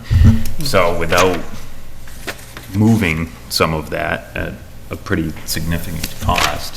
What would the zoning be there? Village district. Well, What are the lot yeah, along requirements? the imaginary lot line. But what would the lot requirements be? We did the village. Yes, Right. but it would be village district. That Right, would be yeah, the zone. I'll say, so I mean, that So, is the but what answer. There is no minimum, there's a minimum lot front size? setback of 5 feet, or 15 feet without street furniture. It's very beneficial zoning. Minimum lot size, there is none. Okay, Minimum frontage is 75 feet. okay, so we meet that. But the maximum lot coverage is 85%. Oh, well, that changes things. So there would need to be enough. So we couldn't do a small lot around the Brooks House, because you Well, have to figure out the You could, you just calculation. have to do calculations Yeah, that would equal out to it not being more than 85% coverage. So I think the first step would be to light a fire somewhere and get the property lines figured out, because, I mean, there's already been discussion about building a skate park on that land as well. On that land, or next to Well, CCP? I it's thought it all the was gonna same, be- it's all the same parcel. Right, but I thought that. 55-acre right, parcel. Right, but I thought the skate park was supposed to go between Kids Kingdom and the It school. is. And I think conceivably you could create a lot that would legally conform for the Brooks House. The question then becomes the saleability and attractiveness of it. And the impact to the other uses, if there is one. I think that you could even do such in a way that would avoid taking away parking from the library. The issue is you end up with no driveway or no associated parking, and you get into some sort of parking agreement or something of that effect, which, again, in Cambridge or Somerville or Boston, works wonderfully because some people don't, like, I don't need a car, I don't care. Yeah, but it's the village district, so the potential is there for a commercial or limited business entity. and then there would be parking requirements. Then you get in, yes. And my understanding of the question is, they asked about it being a single-family home, no? Right, but if someone were to buy We're it, just concerned about keeping Just it keeping there. it. keeping the there. facade, so Yeah, so somebody could put a Could commercial, put a commercial entity in. correct. Could become a Grange Hall, it could become a community center, it could become a mixed-use makerspace, right? As long as the facade stayed the same, you guys would be happy with that? Yeah. But all of those things need parking. Of course they do, right. What it sounds like is we need like a master plan of how all these pieces fit together. What a novel idea. There's just a lot of moving parts. It does sound that way. There There's is, a lot of yeah. moving I mean, from my parts. position on the TCP Building Design Committee, that's gonna complicate that even more. You know, and I think the biggest challenge that's faced, like, right there in that immediate area is parking. Because the area behind TCP, which is overflow parking, that really wasn't supposed to be there. It was supposed to be removed when the construction of the new And schools were they just complete. started using it, so they couldn't live without They left it, and now it gets used on a daily basis, and What's the favorite drop-off point? and then if you ever Morning. drive by during soccer games on the weekends, people are parked all along the driveway. And so, you know, it's a challenging site, and especially if the concept is. Well, and you have, carries- you have competing uses and competing parking needs, because you have the turf field which gets used, so that parking Right, so lot that's fills what- up quickly, so everyone flips over to the other side, and nobody, I think a lot of times it's people don't know that there's more parking further in, or They want don't to park wanna walk. close. But, yeah, they I want to mean, park close. that's- And so when we talk about a parking agreement, that's going to be difficult. it's allowed within the bylaw. Yeah. And it's allowed within a quarter mile as part of the village district, which is, you know, really standard language for walkability. And I think some of it is a mentality shift. We don't have a lot of people who come and walk around down here, because they're, A, it's hard to walk around because all the sidewalks don't connect, and B, there isn't a lot of reason to walk be around. down there and walk around. Exactly. And so I think that with the Complete Streets money that we've received, and that project moving forward, there might be opportunities to do some sort of placemaking that might foster some of that use. But, I mean, these are long-term projects. These don't happen quickly. These are 5 and 10 and 20-year things. We're 5 years into the village district, and it's, you know, it's slowly starting to roll along, but it was never thought it was going to go quickly. So it's hard to conceptualize and get people to buy into that without there being, you know, more incremental steps. So is any of this stuff new to you guys? Yeah, it's informative, yeah. Okay. Yeah, I didn't know about the library drainage going on both sides of the property. Well, the whole parking lot is also on the TCP property, on the 55-acre parcel. Yes, we were aware of that. Okay. And so it's really why we came before you, because we felt that you were the ones Can that I would just ask you need to talk into the mic so people can hear you at home? Beg your pardon. That's why we came before you, is that we understood that it would be the planning board's job to create the new lot that would be necessary to sell off and use this property as. I wish that was the case. We would see the A&R, the approval not required plan, or the plan, the land division plan, some sort, but it's not up to us to create that. That's to the landholders, and that'd be the selectmen. Well, I'm assuming that the planning board would work in conjunction with the selectmen and the school and determine what those lot lines are and make sure that we comply with zoning. And so I'm assuming that this would be a cooperative effort? So before the high school was even built, it would- this was brought up and asked for. Oh, I know, and it We came up asked at for town it meeting before on it the was Brooks built. House, I remember. So, It would be incumbent upon the landowner to request such assistance. exactly. Okay. I mean, So, one would infer that they would hire a surveyor who would then come and draw a plan. look for some input on what would be legal and review the bylaws. I don't know, again, I'm not saying that the planning board wouldn't be involved.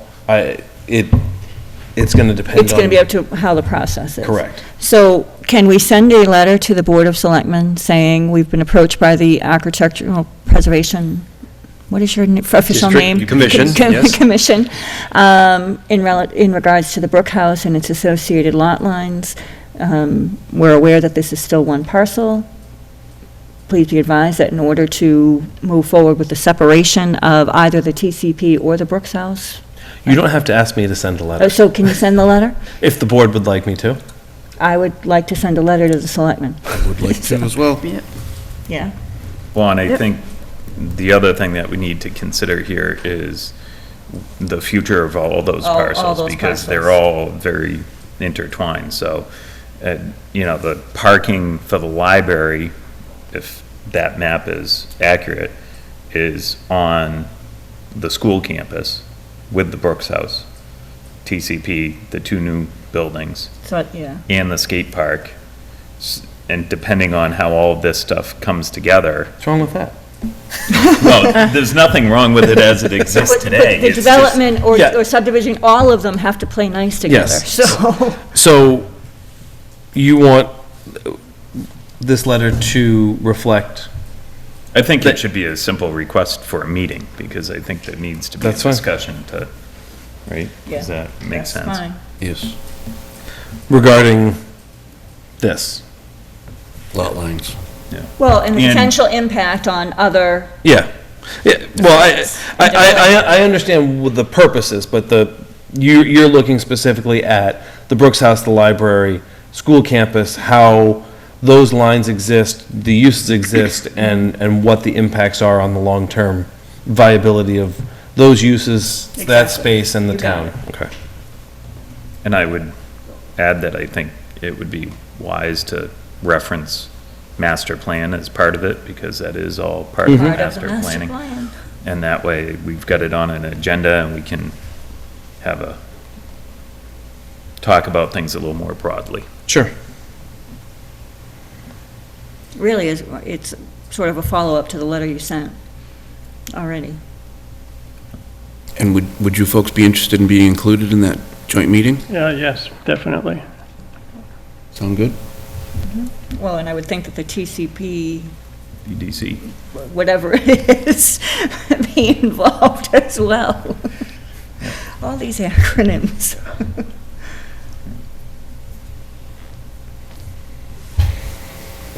So I'll include that the planning board feels that it might be beneficial to invite the TPC BDC. One of us will be there. And the architectural preservation. Yeah, I've got them in there already. Excellent. Is anything else on the Brooks House? No, that's it on that. Okay. We're also members of the Historical Commission. About a year and a half ago, I noticed that a section of stone wall was removed on scenic Northfield Road at the corner of Holman. The Historic Commission contacted the Conservation Commissioner on 3 occasions, notifying him that had happened, and he said he was going to send a letter to the contractor. The area was logged, so they bulldozed the stone wall to the side, graded it, put in 6-inch trap rock, and left it like that when they were done. But nothing's been done with it since, so I wanted to bring that to your What section of our attention so bylaw that, is the scenic road? We do not have anything other than scenic roads designated. Okay, so we don't have So we don't have requirements we for don't have scenic anything road that would issue penalties or recourse. or requirements to return it to Correct. the state. So why do we have a scenic bylaw then, road bylaw? To limit the cutting of trees. But there's more to scenic. Hey, we're road. supposed to protect stone walls and subdivisions. I too. know, Yeah, I know. and when I think I'm the the, only person that ever asked about when the that. gas Which I really utility, appreciate, by the way.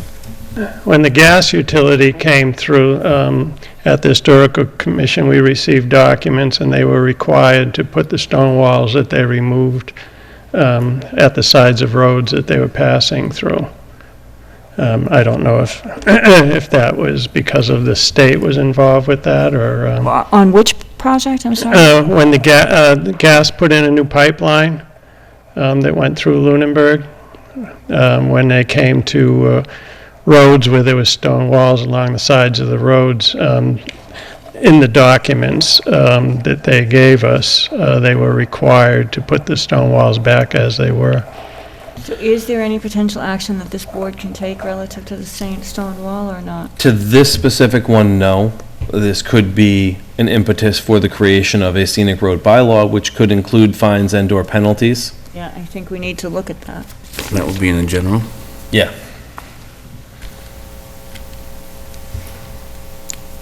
I definitely think that's something we can look at and we should incorporate. When we talk about the importance of maintaining our character, and those fieldstone walls are part of our character and our history. Yeah. Did you guys want these back? You can keep those, trash them, whatever you like. Actually, could you distribute that to us? I can. Thank you.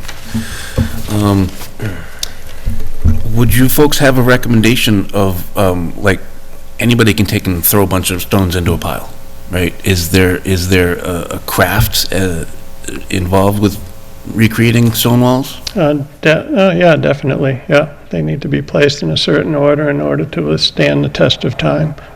Okay. Is there any kind of like a certification or a training that a person would be required or would want to have? Usually that's the case, yeah. When they're put up by non-professionals, they don't last too long. There are certain techniques that have been formed over time that allow those walls. That's why you see them in the woods. A lot of them are still there. But what I can do is I can get you folks some examples of other scenic road bylaws to review and determine how and what you want to include. Okay. And I expect some of them are probably fairly extensive, and some are a little less so.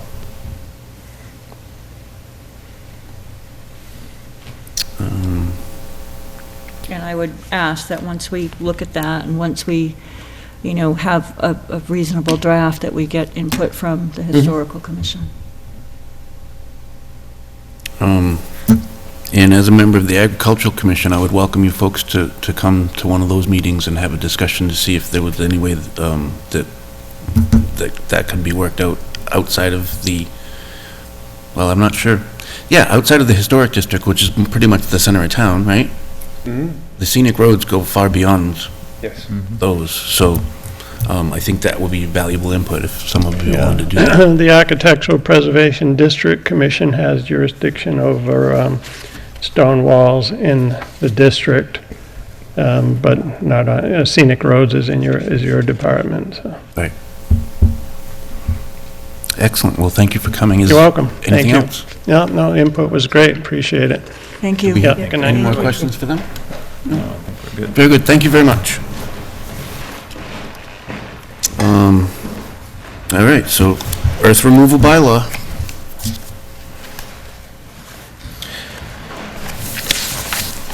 So I went back through the bylaw and tried to address some of the comments we talked about last time. I made sure I got all the filling references out. I didn't make any driveway permit. I didn't make too many substantial changes, but I did.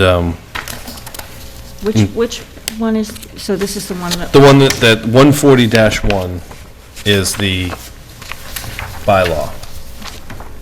Okay.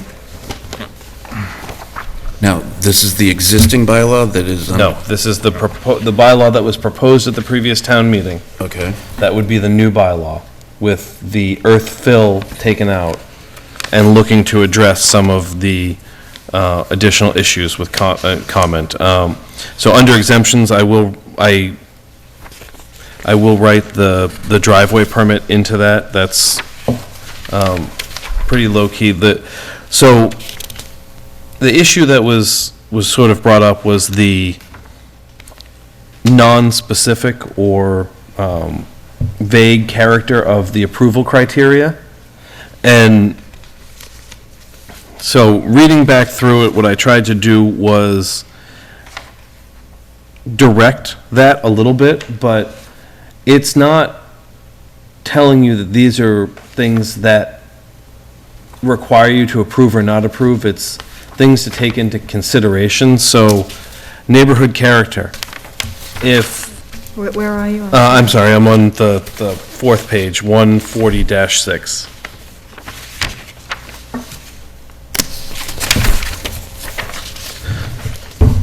So neighborhood character taking into consideration would be the difference between like 1325 Mass Ave and 123 Rolling Acres.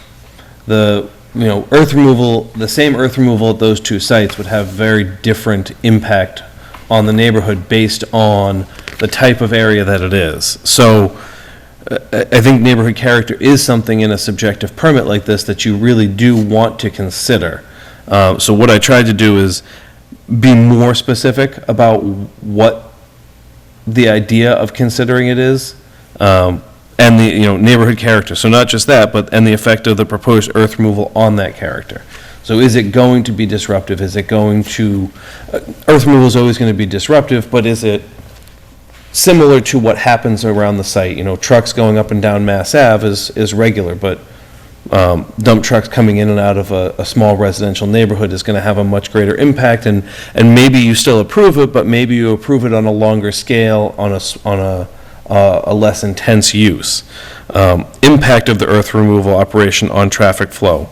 Again, how it's sort of fitting together, and impacts on the natural environment, including any proposed remediation for earth removal activities. So we can tie this back to 1325 again. With the ACEC. If I was just going to bring that up.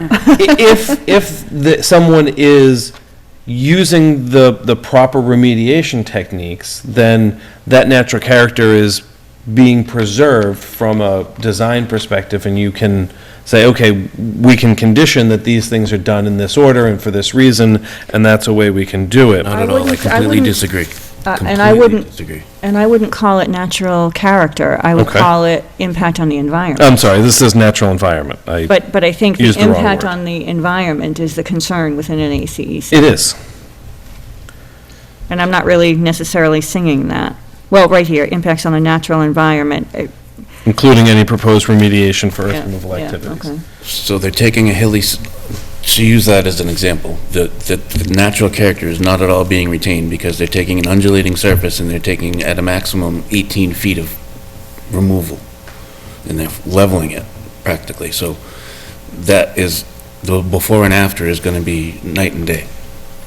So any environmental habitat or areas are going to be entirely disrupted.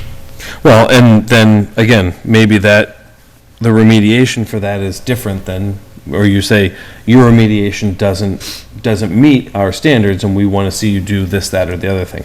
So what our talk was about at the last meeting, what I took away from it is, let's be more specific and more objective about this. And what my concern with that is all of these applications and uses are so variable that being too objective doesn't give the board the ability to Too specific, you mean? to be nimble and deal with each of them for the merits of what they are, as opposed to, okay, well, we've created this box, and our box is square, and you've brought this now round peg, and it doesn't fit in there quite right, and we don't have any way to shift our box.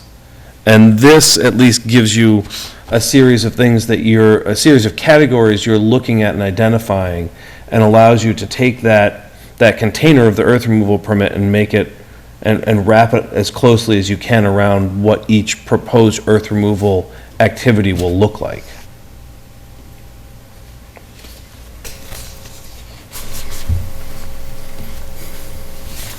I think from my perspective, we got a lot of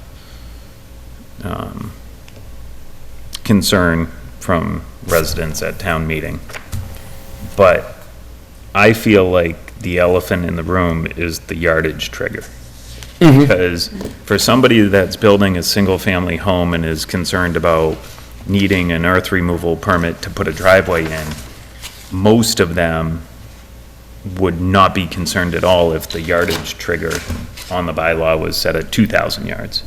I can't think of many driveway permits that would require moving 2,000 yards of material.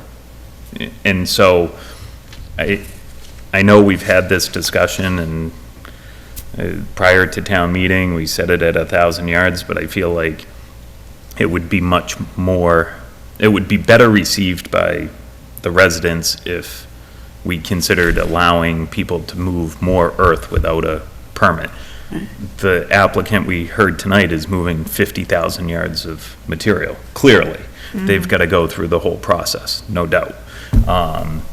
But I think we really need to revisit what that trigger point is. I have mixed feelings about taking the filling out, because I feel like, from my point of view, I would be as concerned about fill coming in as material going out. I'm frankly more concerned about fill coming gonna say, in, I'm because more. Yeah. when they take stuff out, And they're I just feel taking like it out. We're taking the fill out to streamline things and make it more palatable for town meeting, when in fact we could probably leave that aspect of things in there and maybe consider a higher trigger point from a yardage standpoint. The other thing that occurred to me was, what if we simply go to town meeting and break this down as we did with marijuana and say, okay, well, one article is to move permit granting authority from the selectmen to the planning board, simply put. You know, I think the discussion we had tonight, where our review engineer, you know, went down the whole laundry list of things that should be considered, I don't think that was taken into consideration when the earth removal No, it permit was wasn't. It was issued. not. It was not. And so, and for the applicant, they've got to go to the selectmen, then they've got to come to us. And so I think it'd be better for everybody to simply move the permit granting authority to the planning board and make it easier for the applicant. You have one meeting. Even under the Potentially. existing regulations. Yeah, is even what you're under the saying. existing Yeah, regulations. That makes sense. If you go to town meeting and you say, we simply want the permit granting authority, and that passes, and whatever bylaw we propose, if that doesn't pass, at least we've streamlined things for people in the permit process and put the permit granting authority where I feel it It should belongs, be, where right. we have a review engineer and we have a little more plan experience and so on, so. Can we do that? Why couldn't we? Can we piecemeal one I bylaw? I'm not sure how that would work if we were to modify a bylaw and then Further replace the bylaw on the same warrant. Why can't we? It's two different articles. We could vote on the first one, so you move the permit granting authority. Because Then the second one, if the second one fails, we've still accomplished number one. So why not? Can we ask Mr. Murphy? I would ask town council, because I don't know what the impact is. What is that? It's the ghost. Which one? He's looking for the coffin. I don't know what the impact is of modifying a bylaw that then is deleted. I don't see what there is an impact. It's two separate votes. I understand that, and I agree, it's something doesn't feel right, and I'm willing to try that, it's just something doesn't feel right about it to me. I'm willing to bet it's legalese, and it's not something that we're not wanting or wish we could. It's that we're not sure. Like, as soon as it was mentioned, it came to my mind. I'm like, I don't think they'll. I don't see why we I couldn't. feel that, Can we run that and by? yeah, I'll run it by him, I town just council? feel, I've got some other stuff, I just feel like there's a legal hitch in there that, you said it and I went, but, and that's really neither here nor there. For what it's worth, I did, and I added that, on 148, that all the rules and regulations would be approved by public hearing, noticed 7 and 14 days to eliminate that. They can change this whenever they want. Yeah. I apologize, I had thought I generally include that in regulation language, I thought that I had previously. I did send this and the other document, the regulations, over to the Environmental Safety Compliance Officer and the Operations Director at Keating. You did, okay, good. I sent it to him before I sent it to you. And I got a call from him on Friday, but I wasn't in the office. And we've been playing phone tag, but we're gonna speak tomorrow. he said it looks good. He said, this is fine with us. He said, Oh, good. He said, I have a few questions about things we might need variances or waivers for, but he said, all in all, he said, I think this looks fine. Well, now we have 2 permit holders. Correct, with So, Mr. so we need to send it to them as well. Yes, I will send it to him as well. Really what and you have the regulations here, I made sure I got rid of all the earth removal stuff. The 2 things that I think really kind of, so we'll go to page 2, where. On which one? On the regulations, I'm sorry, unless you guys want to talk more about the bylaw. I think we've got to really pin down whether or not we're going to go for the fill or whether we're going to I was gonna say, let's get for- through this, and then we can Yeah. go back and have the more conceptual conversation of whether to have both or one. And whether to raise the yardage, Yeah, Yeah, because it was only 500 at town meeting. yeah, but right now it's 10. Yeah, but. but you does know, anybody, No, Do anything to that's the enforce thing is, it. I don't That's- think that yeah. anybody knows that, although we tried to make that point. So 418 requires soil testing along the perimeter and 2 interior by a licensed professional engineer or wetland scientist for hydric soil. Now, if the yardage goes up to 2,000, then my comment here kind of goes away, because if you're doing 2,000 cubic yards of earth removal, hiring an engineer is probably the least costly thing you're doing in that process, or a wetland scientist to come out and throw an auger in the ground and tell you whether you have hydric soil or not. But So- you could do a threshold if the removal is X size, you need to do this.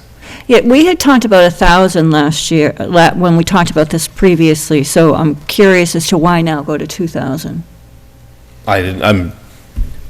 I think your comment when we first started was. Yeah, I've You've seen as little as like 10. 10 and as many Many as as 2,000. 2,000. Okay. That's where the 2,000 Can we number compromise with came. 1,500?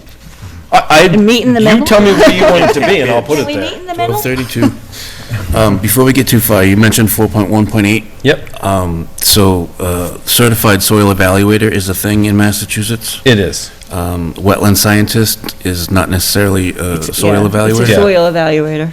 So that, and Well, even a licensed professional engineer has to be certified as a soil evaluator. Yeah, it's a okay, separate so just call it by certification. licensed soil evaluator? Certified, Licensed professional soil evaluator. Massachusetts certified soil evaluator. I actually hold that. I have that. One of my few credentials. My only thought is, do we want to consider doing testing in like per acre basis? Just looking at a site that if you have a site where you've got hundreds of acres, Yeah, yeah, 4 sites isn't going to be sufficient. you may want to do a minimum of 4 sites and then say 1 test hole per acre. Per acre of removal? Yeah.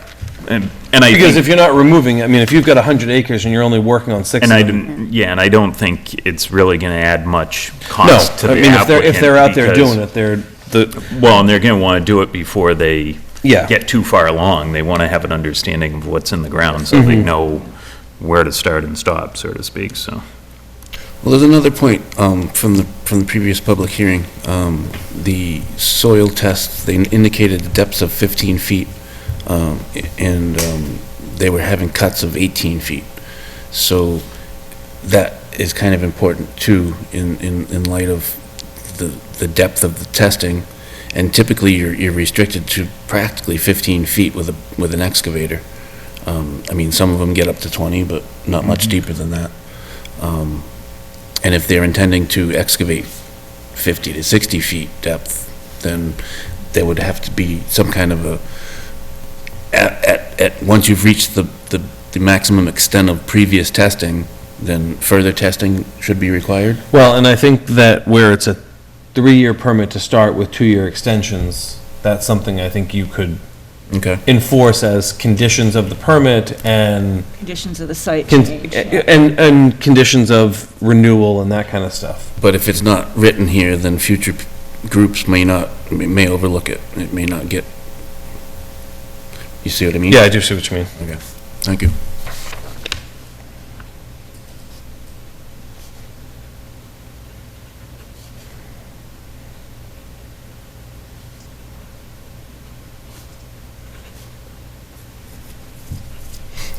And I mean, if you're in pure sand, you're lucky to get down 10 feet without burying yourself. New test at the extent of Depth of previous test. previous tests.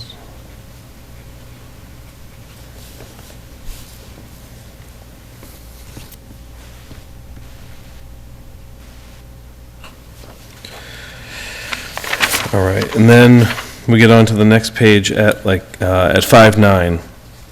And this, in speaking with the Board of Health agent, was his recommendation is to just have them perform a soil evaluation to determine seasonal high groundwater in compliance with Title V, as opposed to monitoring wells. And then we don't get into how do we construct monitoring wells, how do we maintain them, how do we... I think that's much- So that's much I more. agree, it makes infinite amounts of sense.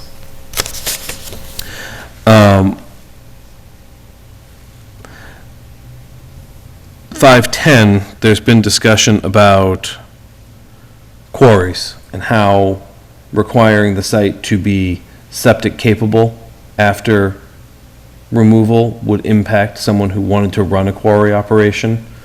Do we want more quarries? We have one that exists currently. You have the ability to waive within the regulations. A waiver of an existing use would be completely reasonable. We don't have people knocking our door down to quarry, and we also have the issue of what do you do with a quarry when someone finally finishes? You install sewer and let it get used as an industrial site that can have office space. Why can't we eliminate that and just say, You can- I mean- no elevation less than 6 feet above seasonal high water table? I mean, do we, or do we want to decrease that? But I think we want to maintain that offset to groundwater. That's what I'm saying, but with a quarry, you don't get that, because you go through the groundwater essentially. Right, Because you're in rock. right. Yeah. Right. I mean, if you go over to Keating, they have this pump that's bigger than my house that dewaters that giant hole constantly. So what I'm saying is,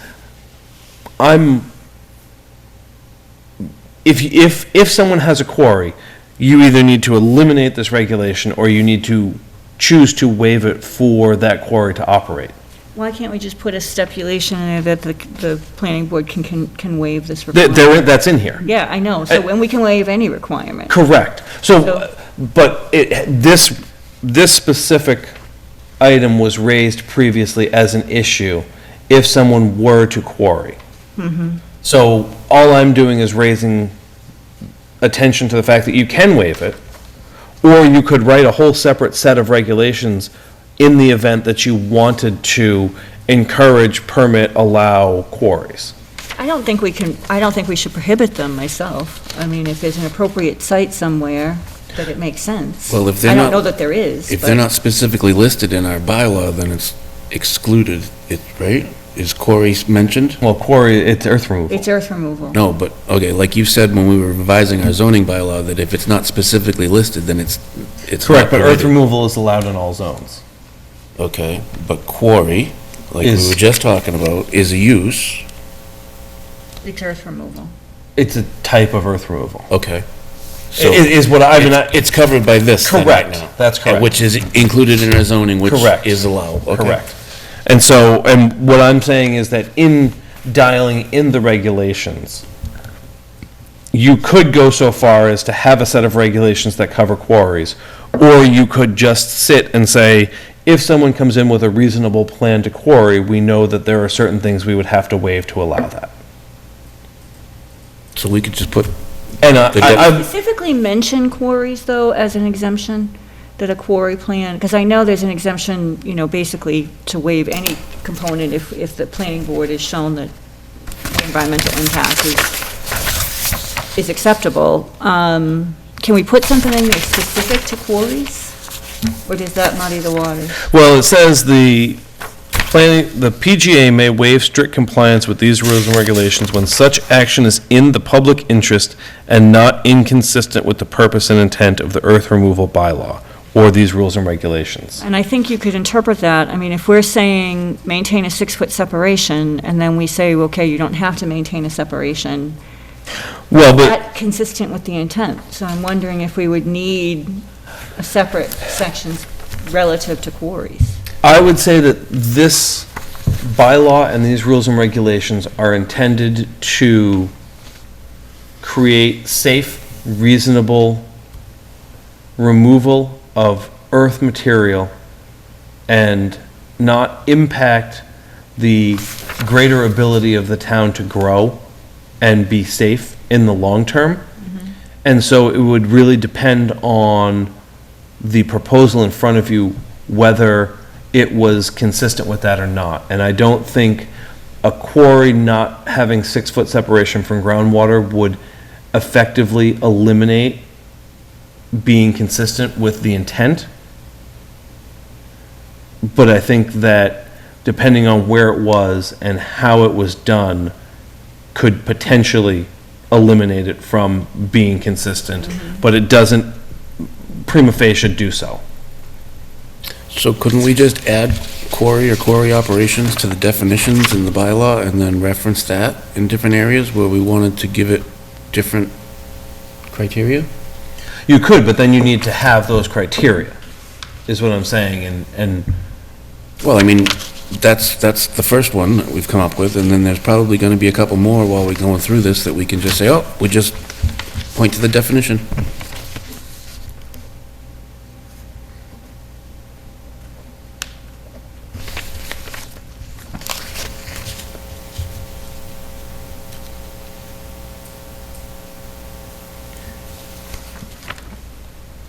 I think that quarry exception is going to apply to 511 and 512 too. Yeah, I think it does. I was just reading Because that. the freestanding water, you can get that and there's no way you'll ever Mm-hmm. have enough topsoil to restore the site to the original grades. Well, I mean, the whole restoration standards is 6, so Well, you that whole you both section. have much more familiarity with the site conditions and the soil conditions. Is quarries a concern, or the creation of quarries in Lunenburg, would it be a concern? No, but if we write this way, then it wouldn't be It would be able to be prohibited. done. No, but I mean, are there areas that would fit for a quarry? Oh, we're, Oh, soil-wise? I Yeah. don't think there's, I mean, I so are we- think the are we one that would analyzing is currently something that being really- quarried. Right, so Yeah. are we analyzing something that really isn't gonna happen? well, I guess is my question. what does it take for a quarry aside from bedrock?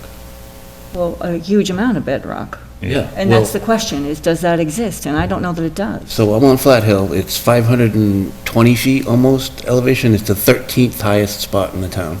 But is it bedrock? Every drumlin we have is there because there's bedrock there. When the glaciers came through, they couldn't knock Okay, that so down. so it could apply, is what you're saying? That's my could. question. well, sort of, I guess, because you need bedrock, but you need it shallow enough that the overburden doesn't make it prohibitive. In other words, if you find bedrock 25 feet in the ground, you gotta dig 25 feet before you even get to bedrock. Before you start And now, doing now you start trying to build roadways, I need a 25-foot tall ramp to get the truck out of the hole. No doubt. Like, you need hundreds of acres, and with the amount of infrastructure and development we already have, you can't go into a spot, even if you have 50 or 60 acres, with your abutters and road grades and all that stuff, it's prohibitive, you know? So is it really feasible that we'd see another quarry? Well, there's a lot of places that have shallow depth to bedrock, and there's a lot of places that have outcrops. So outcrop right there is readily accessible. Well, I can tell you my backyard is completely bedrock. Well, and there was a quarry on that end of town. Right, and back down in by the the day. old dump, yeah. Yep. And there is a But- parcel, a very large parcel behind me that's currently a under tree farm management, I don't know what it's called, but that property potentially could be, it's a very large parcel. So there is potential. Okay, so we should consider it then, We shouldn't exclude it. right? But the regulations are very different for a quarry versus an earth removal center, in my opinion. I think they don't speak to it, right? Right. So there's no difference, it just is omitted. Right, but it would be permitted, but that would mean we'd have to waive just about many of these requirements that we have. So maybe it's not as that as big a deal to warrant all this work, but it's something that we should think about. Maybe we maybe we go with this one now, since the quarry. I'm trying to think of what's component has readily- been vetted, and then work on quarry afterwards? I'm trying to think of what's readily available for data online, and I'm pretty sure between a few different groups, data layers, I can pretty quickly put something together Okay. to identify at least. If we can do it quickly, that's great, but what is our timeline, Adam? I mean, if we want this on for spring, it's, I mean, yeah, it's now. I mean, we're talking like Right. trying to wrap this up for next meeting. March to- 16th is when the warrant closes. Yeah. But we need to have a public hearing in between that, Yeah, correct? so Does when- that have to happen? You are not required to have a public hearing as part of the preparation for town meeting. I understand that you want to and that the board is committed to that. It's a general bylaw, it's not a zoning bylaw. So you need to have. Do it after the You could, closing of the warrant. correct. And then if we got a huge outcry from the public, we could potentially, and I'm not saying we would, but we could potentially decide to pass over it. You could pass over it, you could change it and present it, Modify it, present modified the at changes. town meeting. You know, the articles are due in final text on the 16th. I think if you had your hearing on the first, whatever our first meeting in, I think it's the 11th, March 11th, and there was a huge outcry, and you're like, we need to change this, that, or the other thing, It gives us a few you could days. change it, and you might be able, you know, you could submit the language that you have and say, listen, we're going to finalize at our next meeting what we think the changes are going to look like, and we'll get them to you. The other thing is, the rules and regulations don't go on town meeting.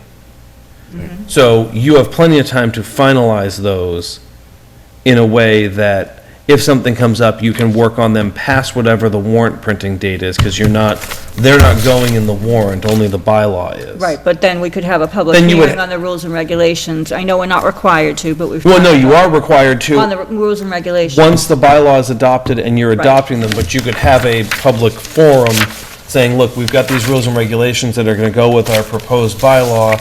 We wanna just let everybody know what they Okay, are. Okay.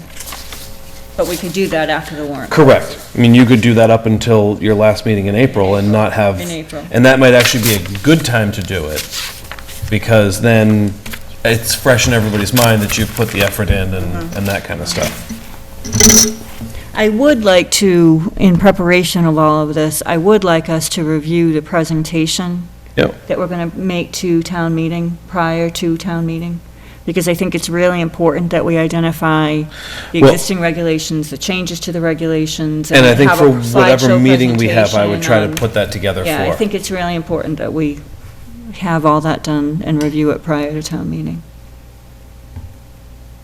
And I'm assuming that, you know, you're going to have a presentation for the public hearing, and then that will Be very change. similar to, It will yeah. change based on the feedback and input we have. Mhm.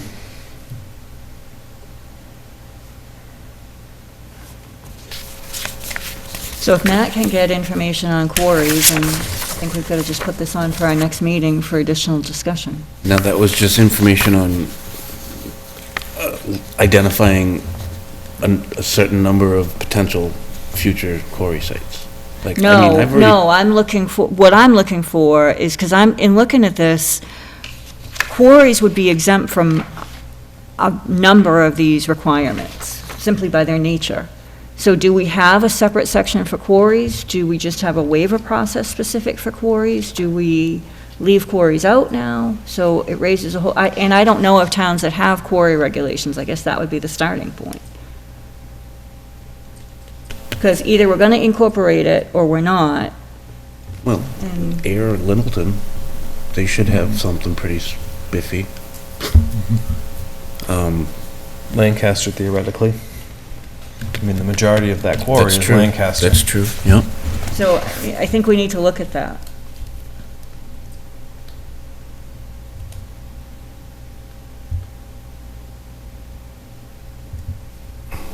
I think, I think all the quarry operations are just in Air, aren't they? I'm not sure they're in Littleton.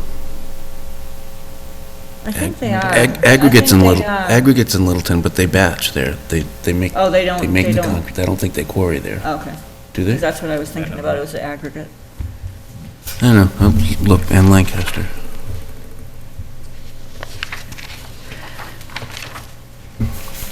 Do we have to draft entirely new language to deal with the quarries, or can you just say that quarry operations would be exempt from provisions 5.10, 5.11, 5.12, and whatever else we think applies to it? Probably could be either, and I think that Seems simpler. after I, excuse me, talk to Keating, we might have a better idea, because I imagine the waivers he would be asking for would be Quarry in related. reference to his quarry. So, But I don't know that we want to just exempt it. I mean, are there protections that, or requirements that we should put in for quarries? So that's why I'd want to look at the regulations of other towns, because if there are things we should be putting in specific to quarries, I'd want to incorporate it. true.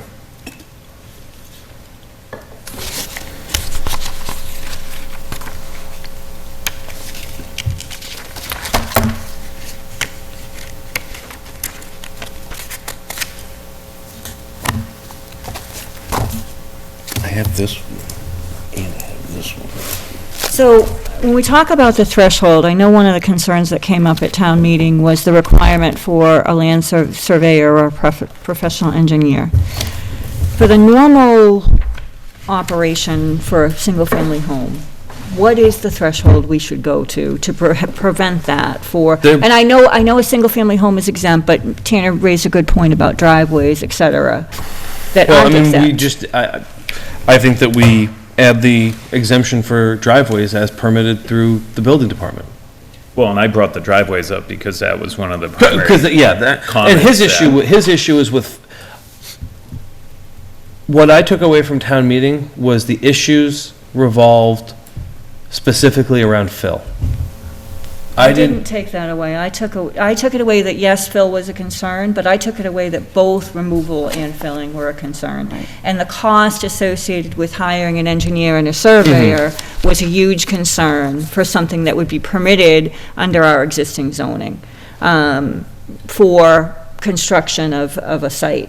So I think that's what we've really got to look at. I mean, I think if you're doing a true earth removal permit, earth removal operation, that, to me, I'm okay with the professional engineer, but for a use that's allowed by our zoning, for a small, for a project that's going to be constructed, like a single-family home, like a driveway, like a swimming pool, whatever the case may But be. all of those things become exempt. Well, right, but so I guess that's my question, is, because right now a driveway isn't exempt. Well, so the driveway would be the only one of those that currently wouldn't be exempt and could be easily added in, is driveways permitted through the town of Lunenburg driveway permit process are exempt from the earth removal, because that requires them to go through conservation. It requires them to see the police department, the fire department, and the building department. And all of those people would identify any issues with removal that would. Fair enough. Are there any other exemptions we should be adding? I think the list is fairly comprehensive. The majority of what a homeowner is going to have concern with is going to be permitted items and septic systems. I mean, I would say that, is there going to be a homeowner who comes in and says, gee, I really hate that giant hill in my backyard, I want to take out the 20,000 yards of fill and flatten it out and build a wall or make this. Then I think that triggers. But Yeah. that's going to be few and far between. Most people are going to be, well, I want to level my backyard, so they're bringing fill in and building some sort of retaining wall. Or I'm putting in a swimming pool, I'm building a barn, I'm building a house, I'm building a driveway, I'm whatever, and all of that is permitted activity through building. No, I'm not seeing swimming pools, I'm seeing. You require a building permit to get a swimming pool. Oh, I see what But you're it saying. doesn't say, it just doesn't says new say. buildings and/or building additions. And a pool isn't a building addition. Any activity that requires a building permit. Yeah, I think that's cleaner. Yep. Installation with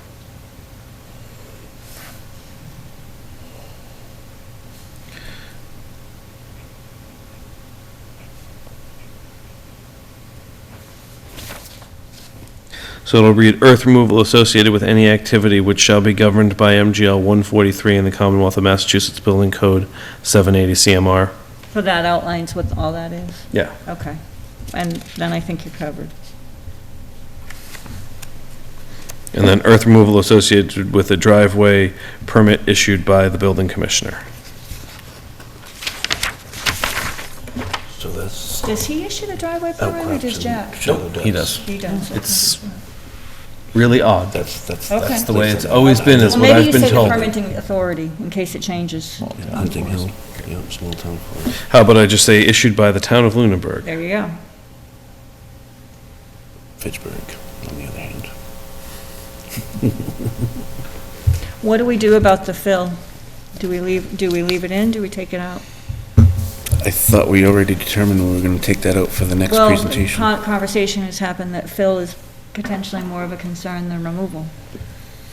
Well, I can just think of situations where I can think properties of were multiple towns where Yeah. they've had issues with what came in. either contaminated material, or the other issue is fill being used to develop real estate, and then they build on top of it, and then they consequently have major structural issues because the material wasn't compacted, or they bulldozed over trees and just buried. Well, and that should all be found Organics and- as part of Yeah. the permitting process, but, because when they go out to do a bottom inspection, they should be on native material. Well, how about we propose two? One for fill and one for removal. I would just keep it combined and raise the 500 cubic yards. I have concern, like, I've expressed discontent with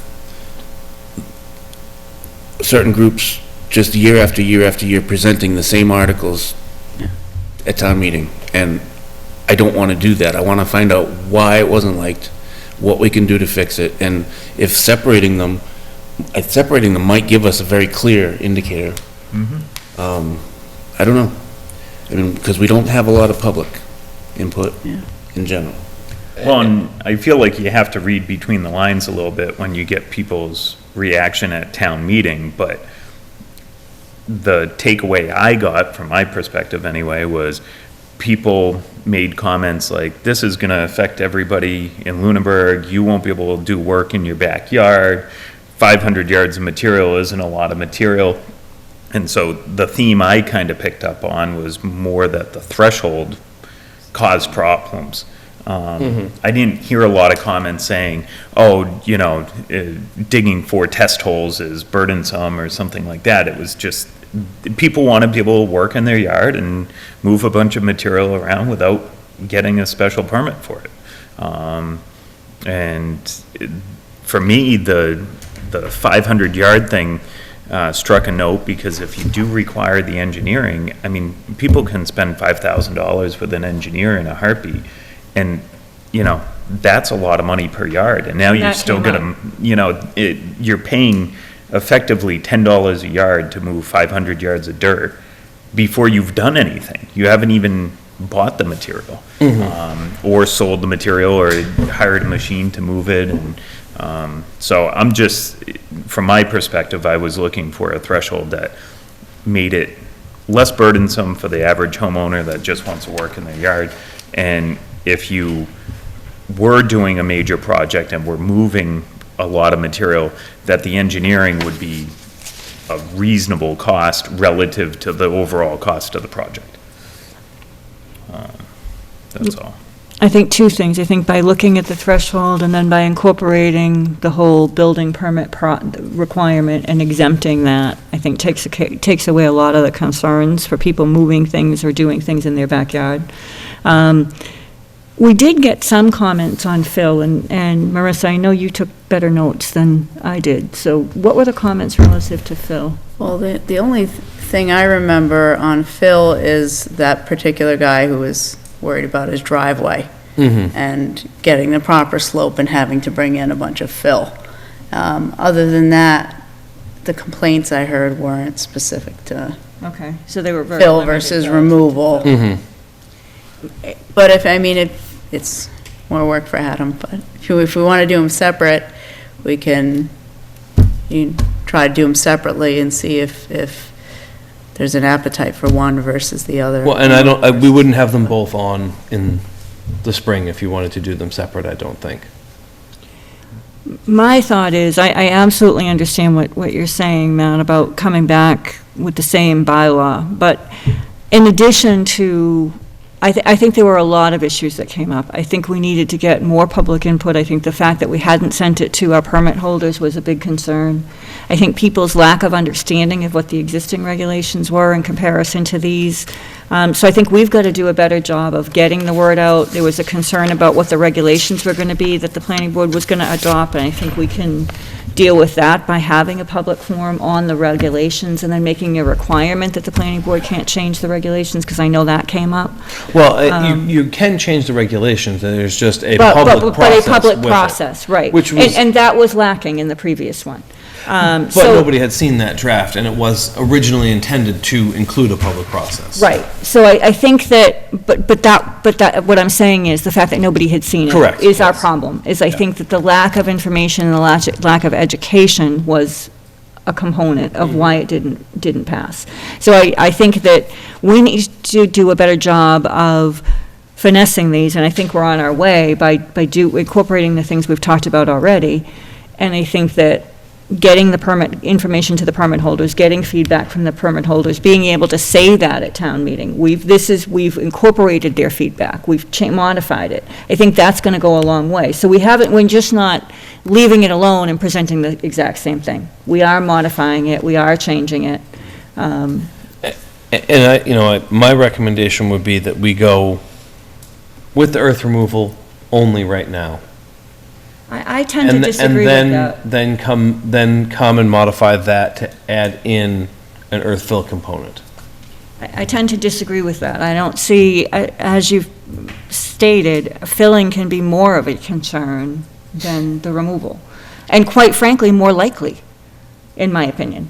But there's opposing discomforts as well. I mean, they're required to go to the BOS for the removal and come to planning for everything else. Getting just the removal on would alleviate that. That would clear up the whole 2 articles thing too, yeah.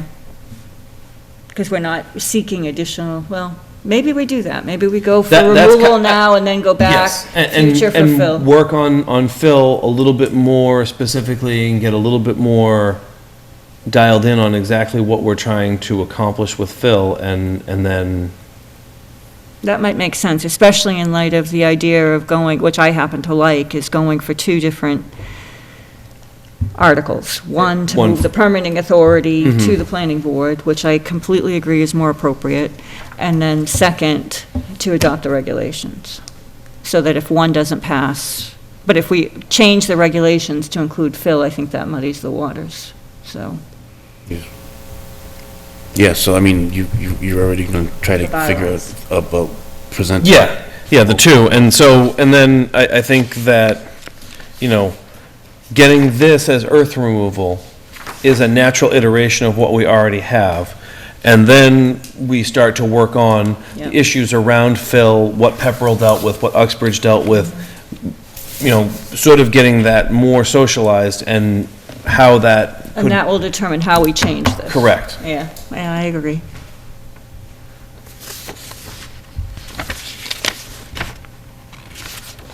So are we gonna address the threshold?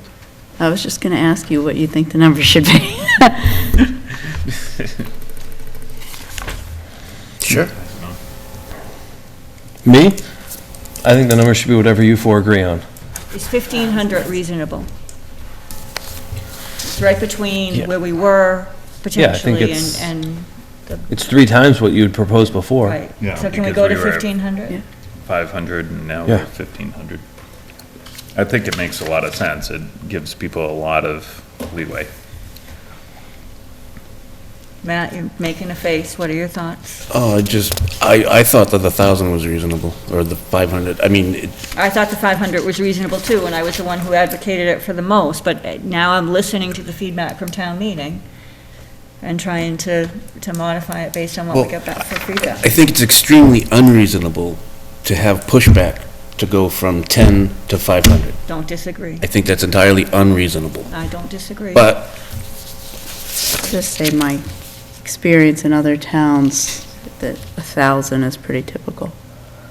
1,000 I've or seen it 15? more, but I haven't seen it as low as 5. It's typically 1,000 that I've seen. But, Or I'm much more comfortable with 1,000. I was proposing 1,500 well. to go I'd be- between the 1,000 and I'd the be fine 2, with either so one, 1,000 or 15, but. I'm more comfortable with 1,000, but would be willing to go higher if that's the consensus. Well, and I know we make a lot of references to the 10-yard thing, but the 10 yards that's in the existing regulations, to my knowledge, has never been enforced. Which So the doesn't. number is 10, but in the people's eye, there is no number. Correct. And Which is part of the problem, and at any time, the selectmen can come in and say, Oh, yeah, yeah. why aren't we enforcing this? Yeah. Yeah, but for the people at town meeting. Well, yeah, they yes. Start looking at this, oh, what do you mean, I'm gonna move 500 yards of dirt and now I gotta do all this work? There's no understanding because they don't know about the existing regulations, and there's been no enforcement of it. I mean, which, in my Yeah. mind, is the way it should be, because, I mean, you can't even spread bark mulch in your yard without moving 10 yards of material around, you know? Yeah, exactly. So. Do the selectmen typically request a closure plan from people, or do they not? Is that what? They have- I'm trying to figure out why They have somebody who's in more the recently. business of moving earth would object To a closure higher- plan? to a higher standard, or would not want the selectmen's version changed, other than they go in, they pay the fee, they get it, and they don't have to worry about it anymore. That's part of it. I mean, There is a closure plan requirement. There and I is can a- tell Well, you it there says have it's been- optional, at but- the discretion of the board. But there So- have been circumstances in which closure plans were submitted. Correct. Absolutely. And quite frankly, the closure plan is really, we're at 1,500 feet of elevation, we're excavating down to 1,250, and this is kind of what the contours are gonna look like, and we're gonna grass it. I mean, that's a closure Yeah. plan that's reasonable. I mean, now, maybe the closure plan is we're gonna build a building on it at some point, but, just what are you gonna do with it when you're done? And I've talked, I talked with the folks at Keating about this when I was out there last summer, and I said, really, you're 50 years away from some of your closure plans. Just tell us you're gonna put grass on it, and in 45 years, when you're like, well, we've got this other thing, say, hey, we've changed our closure plan, here's what it is now. Exactly. And no one's gonna say, oh, you tried to dupe us, because no one knows what that holds, and especially and their big issue is, what do we do with our quarry for a closure plan? I'm like, how many closure plans is there for a quarry? It's gonna fill with water, and some kid's gonna die in it in 50 years. Well, don't say that. Adam, don't say that. Well, I grew up out by Quincy, where they used to. So what's the number? My company did that project. We need a number. You saved a lot of people. I'm surprised I've been able to swim out of that quarry. Well, I don't know, what is the number? 1,000, 1,500, 3,500? No.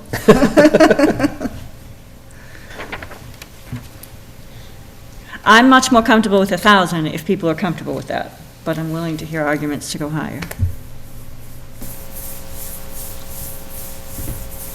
I'm comfortable with 1,000.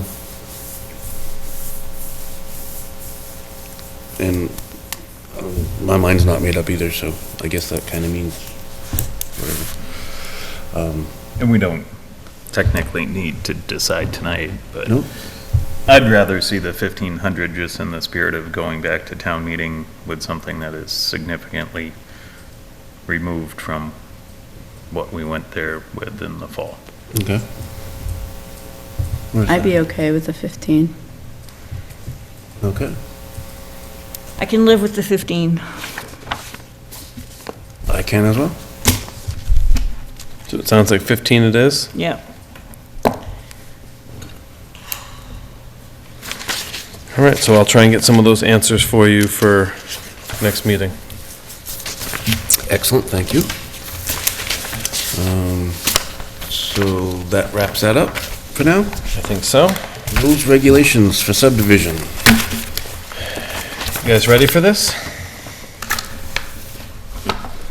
Well, my only question is, how far do we want to dig into this tonight, knowing Well, that we're not that's- gonna- I was just gonna ask the same thing. I mean, I don't know. that's why, I Glad asked you if guys you said My brain were- is kinda why done. you My were, if brain you were is ready like, for this. Go home and pack, I gotta And travel I mean, tomorrow. really, I'm like, if you all want to send me comments or questions, I would be happy to synthesize it, and then I can put together a document that you can all have at a meeting that is people's comments and questions. If you want to come in and talk about it individually, please, call me, do that. email me, make an appointment. I'd be happy to sit down and sort of go over what my thinking is with you individually. I'm happy to do it here as well. Sometimes it's easier to talk one-on-one about some of these things and come back and have that discussion again in public as a group, because, you know, what you think, someone else may say, oh, well, I didn't think that, and now I think this, but I think that makes much more sense than to get into it at 9 o'clock.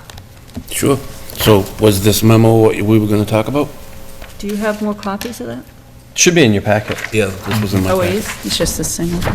It's, Oh, the, yeah, thank you. the drafts are in there, and I wrote the memo because I told you guys I would outline it, and I wanted you to sort of see where I was with it and kind of give you a quick overview of what my intent was with each of those sections.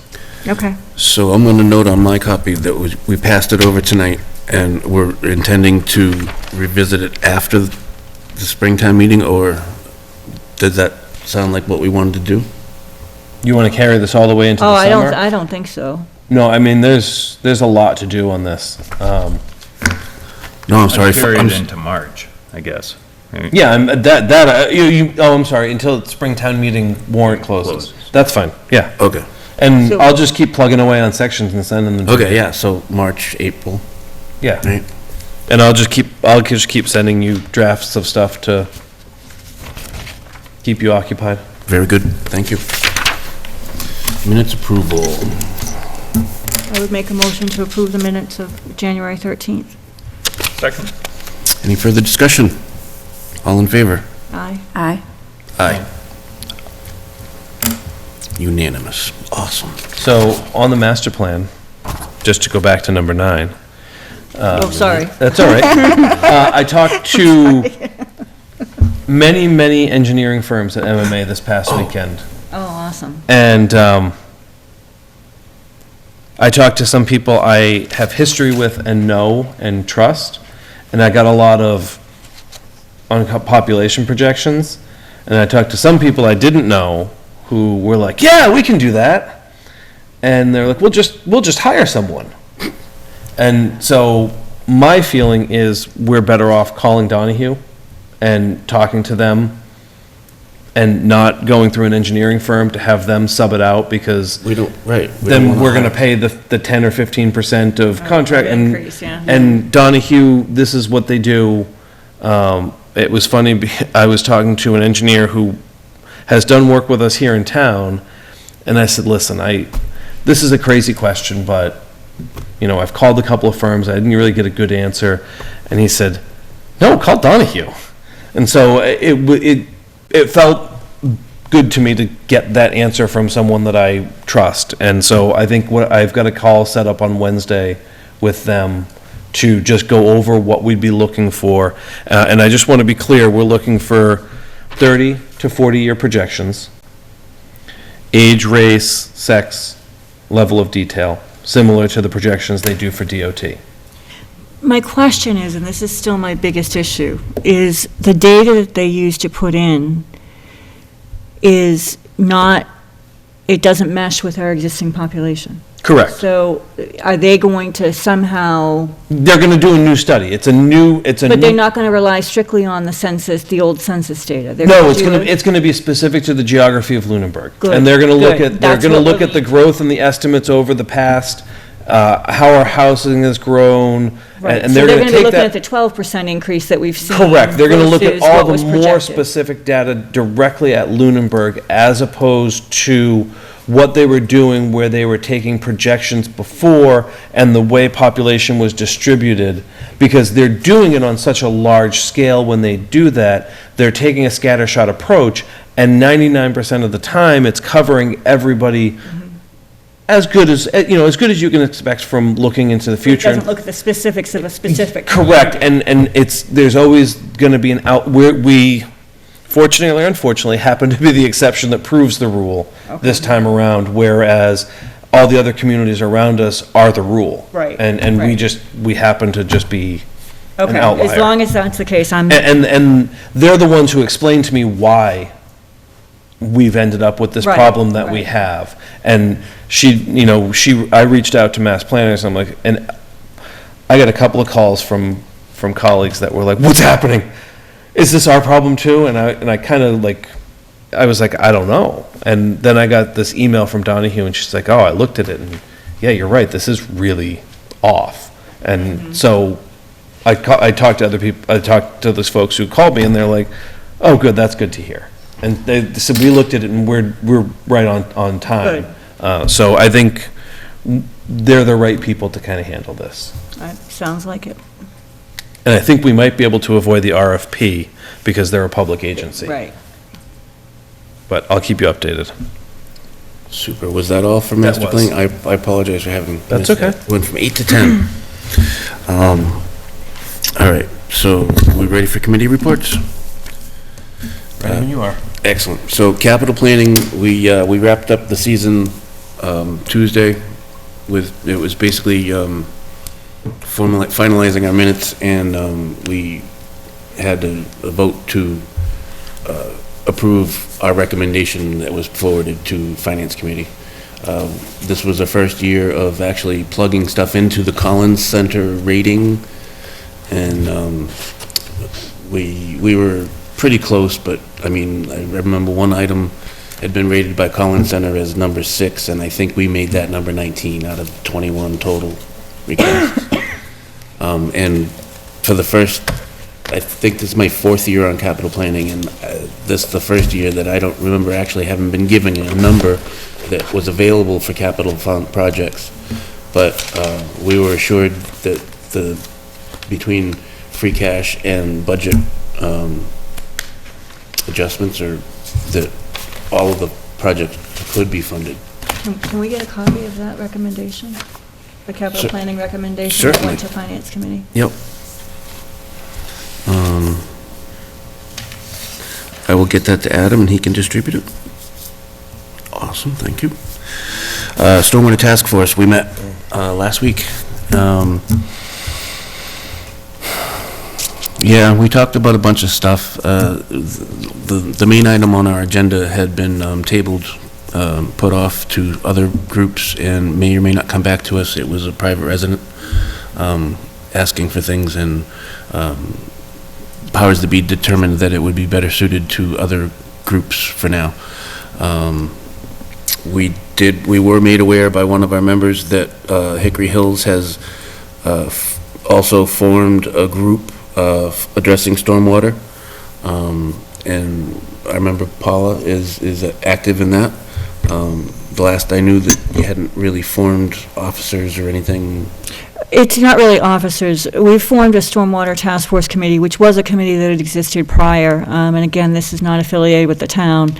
I'm the chairman of what's called the Hickory Hills Lake Management Group, and we look at the issues on the lake, the water quality, the ecology, and then make recommendations on how to address that. And we recently did an RFP and hired a consultant to look at Little Hickory, which is a small isolated area, and determined that stormwater is having a tremendous impact on that body of water. And so we are looking at ways to mitigate that. We have met in the past with the Stormwater Task Force. Hickory Hills is inundated with outfalls associated with stormwater. And so we now have hired a consultant to look at the the main lake as well, in addition to Little Hickory, and look at stormwater and components. So we'll be really looking on the main lake. We've done a number of improvements. So we really just formed a subcommittee under the Lake Management Group to work with the consultant to identify concerns, to do some of our own investigation. We've been working with the town to look at stormwater mitigation, because obviously the stormwater structures are what are impacting the water bodies. So it's really a multi-pronged approach by the Board of Directors, the Lake Management Group, and now the Stormwater Committee that's been kind of revitalized. Super.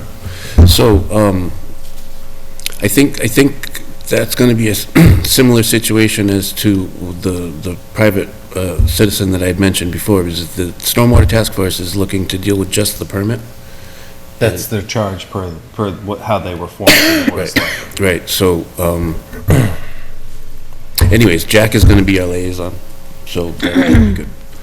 And I think that what was sort of discussed is the most helpful that group could be with the town is in the education materials that you might develop.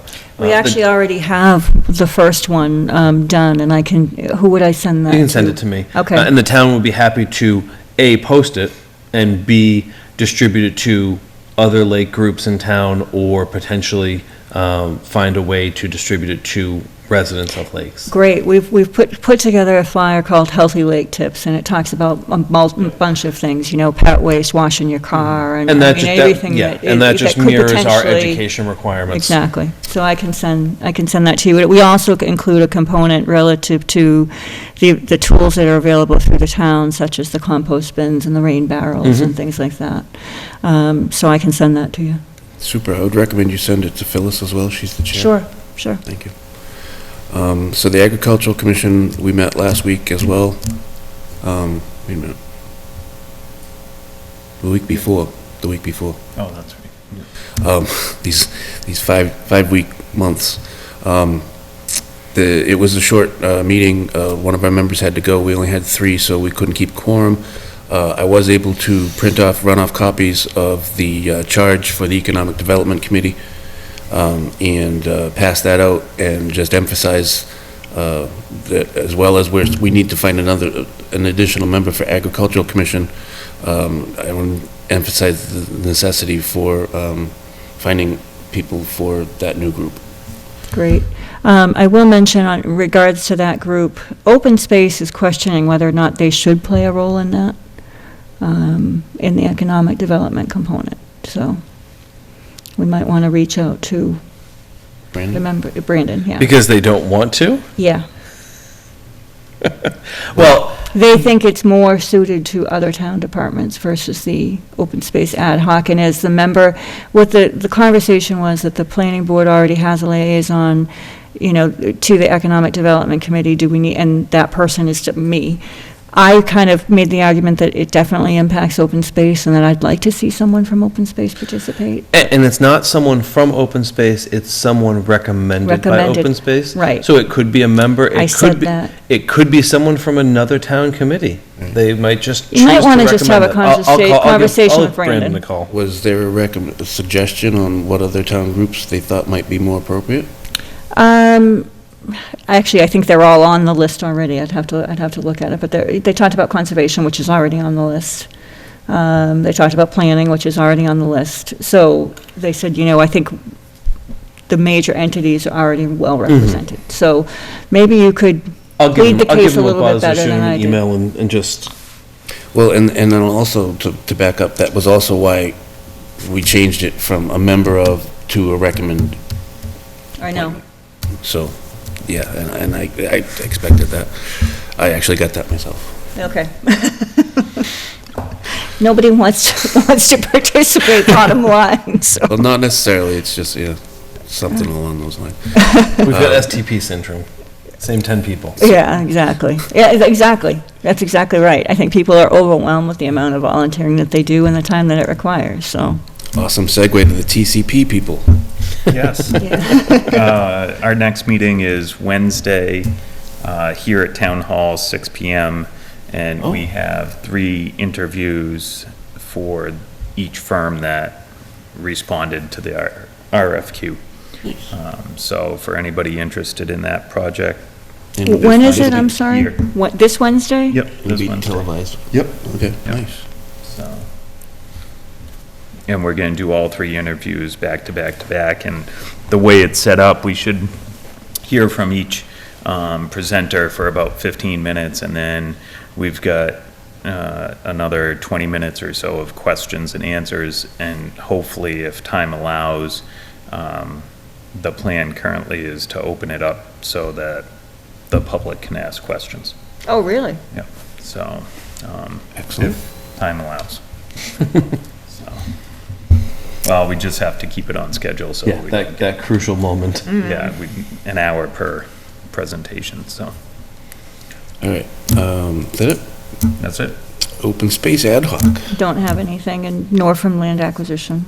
Okay, MRPC Haven't had a meeting since I and, was appointed, so okay, and then MJTC? We don't have MJTC. we don't have anybody.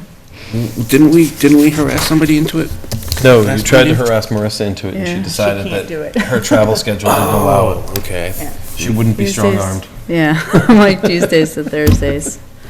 I'm gone. Well, that same recurring problem. Well, that's the end of the committee reports. That is. You ready to talk stormwater bylaw? Let's do it. Anyone have a chance to review it? I have not reviewed it in depth, and honestly, I'd kind of like to table it, but that's just me. What I will say is it is the major changes, and we don't have to discuss it, we don't have to get too far into it, but this stuff, the measurables that are changing is from the permit. And it's not arbitrary, it's not, oh, maybe we should do this, this is what will make us compliant with the permit. It's the stuff up front that we talked about the last time that I think we don't really need to discuss. We just need to discuss fees and make sure that you don't have any questions about the permit compliance stuff. Meeting. Last meeting. But I'm pretty sure, No, she didn't send oh, she didn't put new ones in? I leave all my stuff in my folder, so I feel like you guys have all the same stuff I do, but if you want, I can send it around again.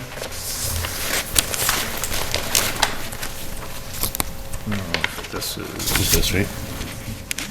Yeah, it should say chapter 204 on it. And that was last meeting, which was... I have it, but I don't have the blue line version. 113. The what? The blue line version, he's the got little the blue blue box. line version. Yeah, I don't have the blue, I thought you were gonna remove the blue line. Weren't you gonna remove the blue line and? I thought that's what we talked about. You were gonna remove all that stuff? No, that's the, Oh, that's the other one. OSRD. That's right, There we that's go. right. I'm good. Yeah, that's the model open space, yeah. I think this had the definitions that I was referring to as well about the agricultural soils. I think, was there a definition in here for agricultural soils? I don't think so. Okay. it Because was- I don't think there are too many specific definitions in here. No, they're, And we- Again, I mean, we did talk about this last time. The comments were from who? our review engineer or our The consultant for consultant for stormwater. Stormwater Task Correct. Force. And Okay. so the comments, we covered. Yeah, We would need to talk about the fees. And I would need to make sure that you don't have any questions relative to the measurable goal changes in blue. right. I talked about the low-impact development. Correct. Component and wanting to strengthen that. Okay, So, yep. yeah, so I want to, if it's okay, I'd like to review it again and Please do. comment. Yep. And if you send me the comments directly, I Yeah, can I get them will. to him and get comments back I will, in a quicker. yep. Would you mind emailing Yeah, that to that's me fine. again? I'll send it to everybody again. Okay. I mean, and, I'll just inconvenience a few electrons. and do you guys want to have that on our Feb 10 to have a Yes. discussion? Yeah. And our goal is to have that for town meeting as well. Yes, and the reason the goal is that, so they changed the permit, so it's not due until our next permit year, which would be the following fiscal year, so fiscal year '21.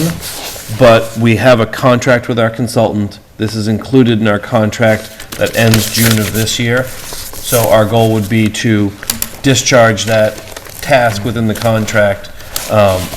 Again, not to try and rush this or shove it down anybody's throat, but it's not, I don't want to say that.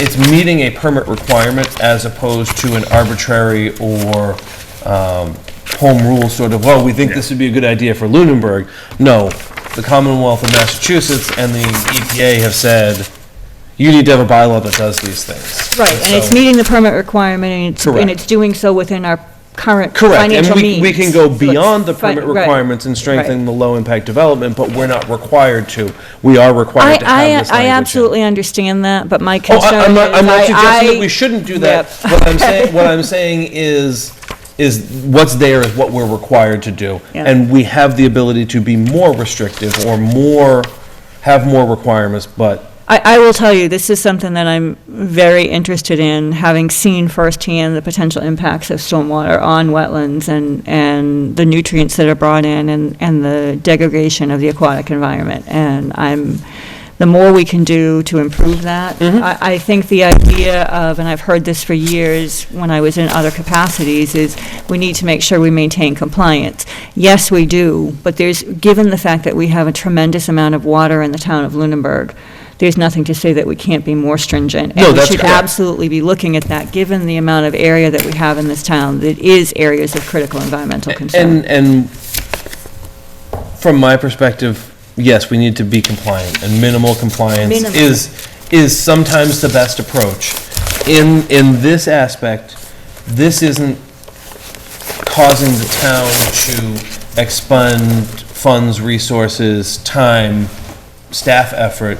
This is putting a standard out there that folks who want to do these developments in town need to meet. And, you know, as long as we're not arbitrary and excessive on it, my experience has been if people show up and they know what the rules are, they know whether they want to play that game and whether that's reasonable for them to spend their money doing.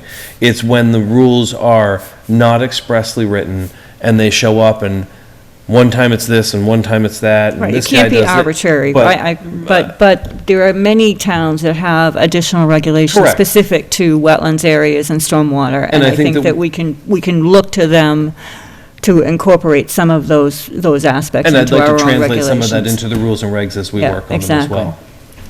I do have one more item that's not on the agenda because it came up late. I have spoken with our long-term friend, Mr. O'Brien, about his land up on Howard Street, and he has a new proposal that he would like to float with the board. A pre-submission meeting? Well, no, Nothing official like that. yeah, it wouldn't be that official. Of course not. But what it looks like is he looks like he would like to do one-bedroom senior apartments.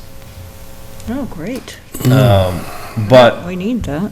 what it will require is a significant effort to create new zoning to allow that.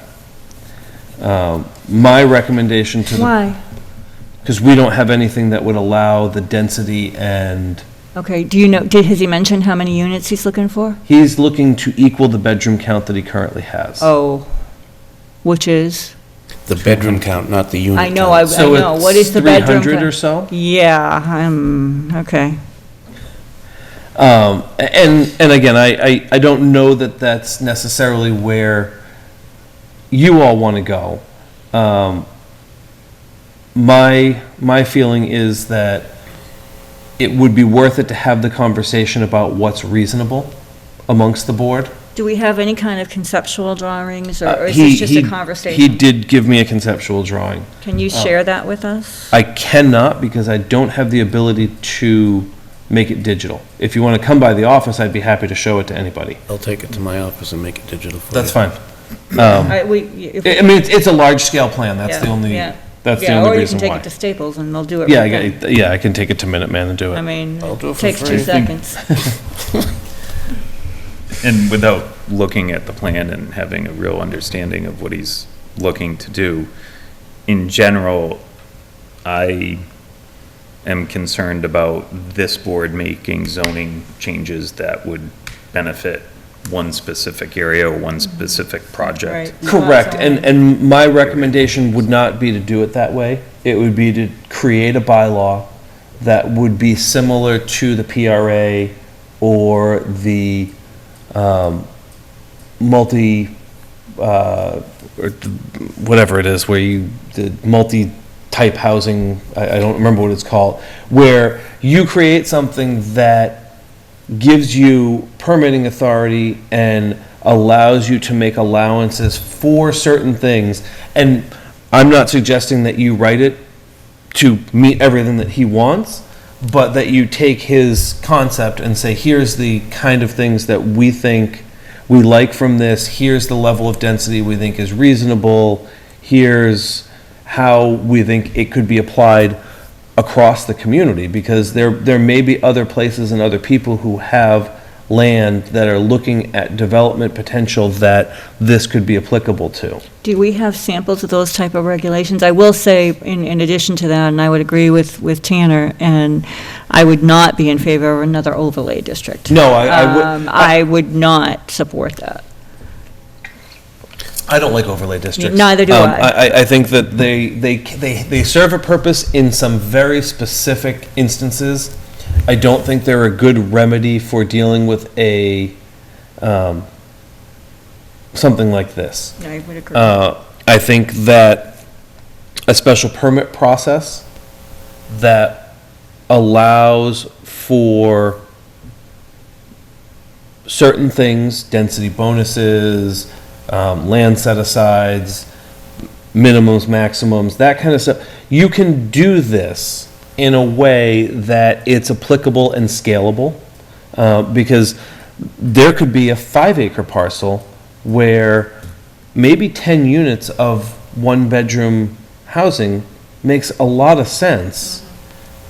And maybe this bylaw gives you that flexibility to start looking at some of those things, and you avoid some of what we see people kind of jamming into places. Right, and I think we've heard from the community in past surveys and just public input is that senior housing is a major concern. So Correct. looking at that as the catalyst versus this particular project, I think is important. Yeah. But looking at potentially, I don't know if you can look at what other communities have a bylaw like that. I can see what's out there. I can reach out and see who's doing something like this. Mr. O'Brien did mention a similar project he's working on elsewhere. I can reach out to that community and see.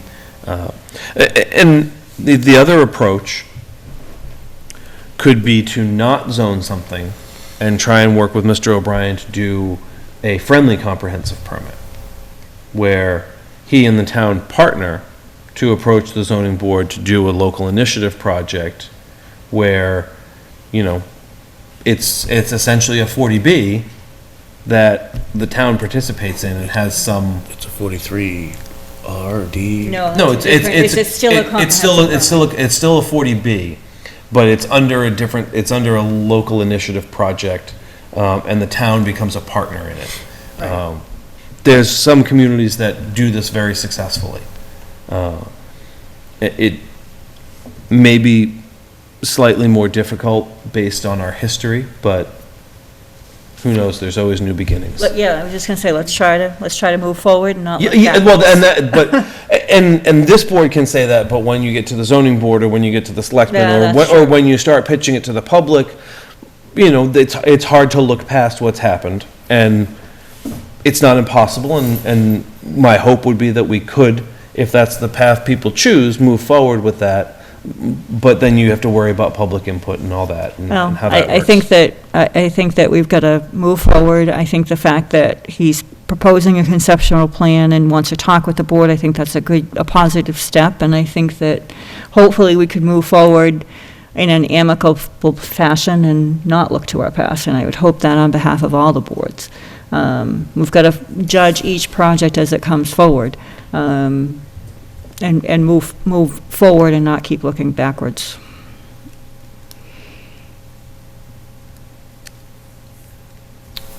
So as far as other communities, I've recently become aware of an Ashburnham zoning bylaw that it's a by right open space residential development, and they require a proof plan.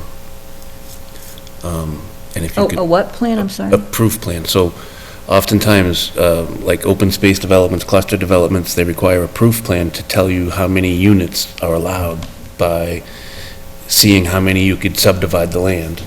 And either calling that number the proof, the maximum number, or some modifier on top of that. Anyways, I really, I've enjoyed working with it, and it seems to be fairly flexible, and it allows for density that is a little bit more flexible. It certainly, it seems like it's going to require more review, a little bit more in-depth review, just to confirm that it meets certain things. There's a lot of requirements, but it seems like a little bit more money up front, but I think the overall end result for the development could be much improved. It's 5.13 of Ashburnham. And those are online, right, Matt? Yep. It's 2020, everybody's bylaws are online. Almost everybody has their own GIS. Boxborough just gave theirs up. The GIS. They gave up their GIS? Yeah, well, they had a notice saying that it was going to be discontinued. Now, whether they're moving to something different or what, I don't know, and I haven't followed up on it since they gave that notice. It may still be up. But, That's interesting. yeah. That's what I had, thank you. Okay. Notices and communications have been scanned to us. They have. Thank you, Marjorie. Meeting schedule, Feb 10, Feb 24. We've already agreed to have the discussion on the earthfill. What were we going to talk about, Earth Feb 10? Earth removal on February stormwater. 10th. Okay. And stormwater. Yep. And we Okay. have the continuation And of we've got the Mr. earth Proctor. removal. And we've got Mr. Proctor. So we'll put him after the earth removal and the stormwater? I'm sure he'd love I don't know if he that. would appreciate that. I gotta get you to talk about the bylaws sometime. We need public input. All right, so ongoing items, solar, off-street parking, loading, master plan. Master plan's in 2 spots tonight.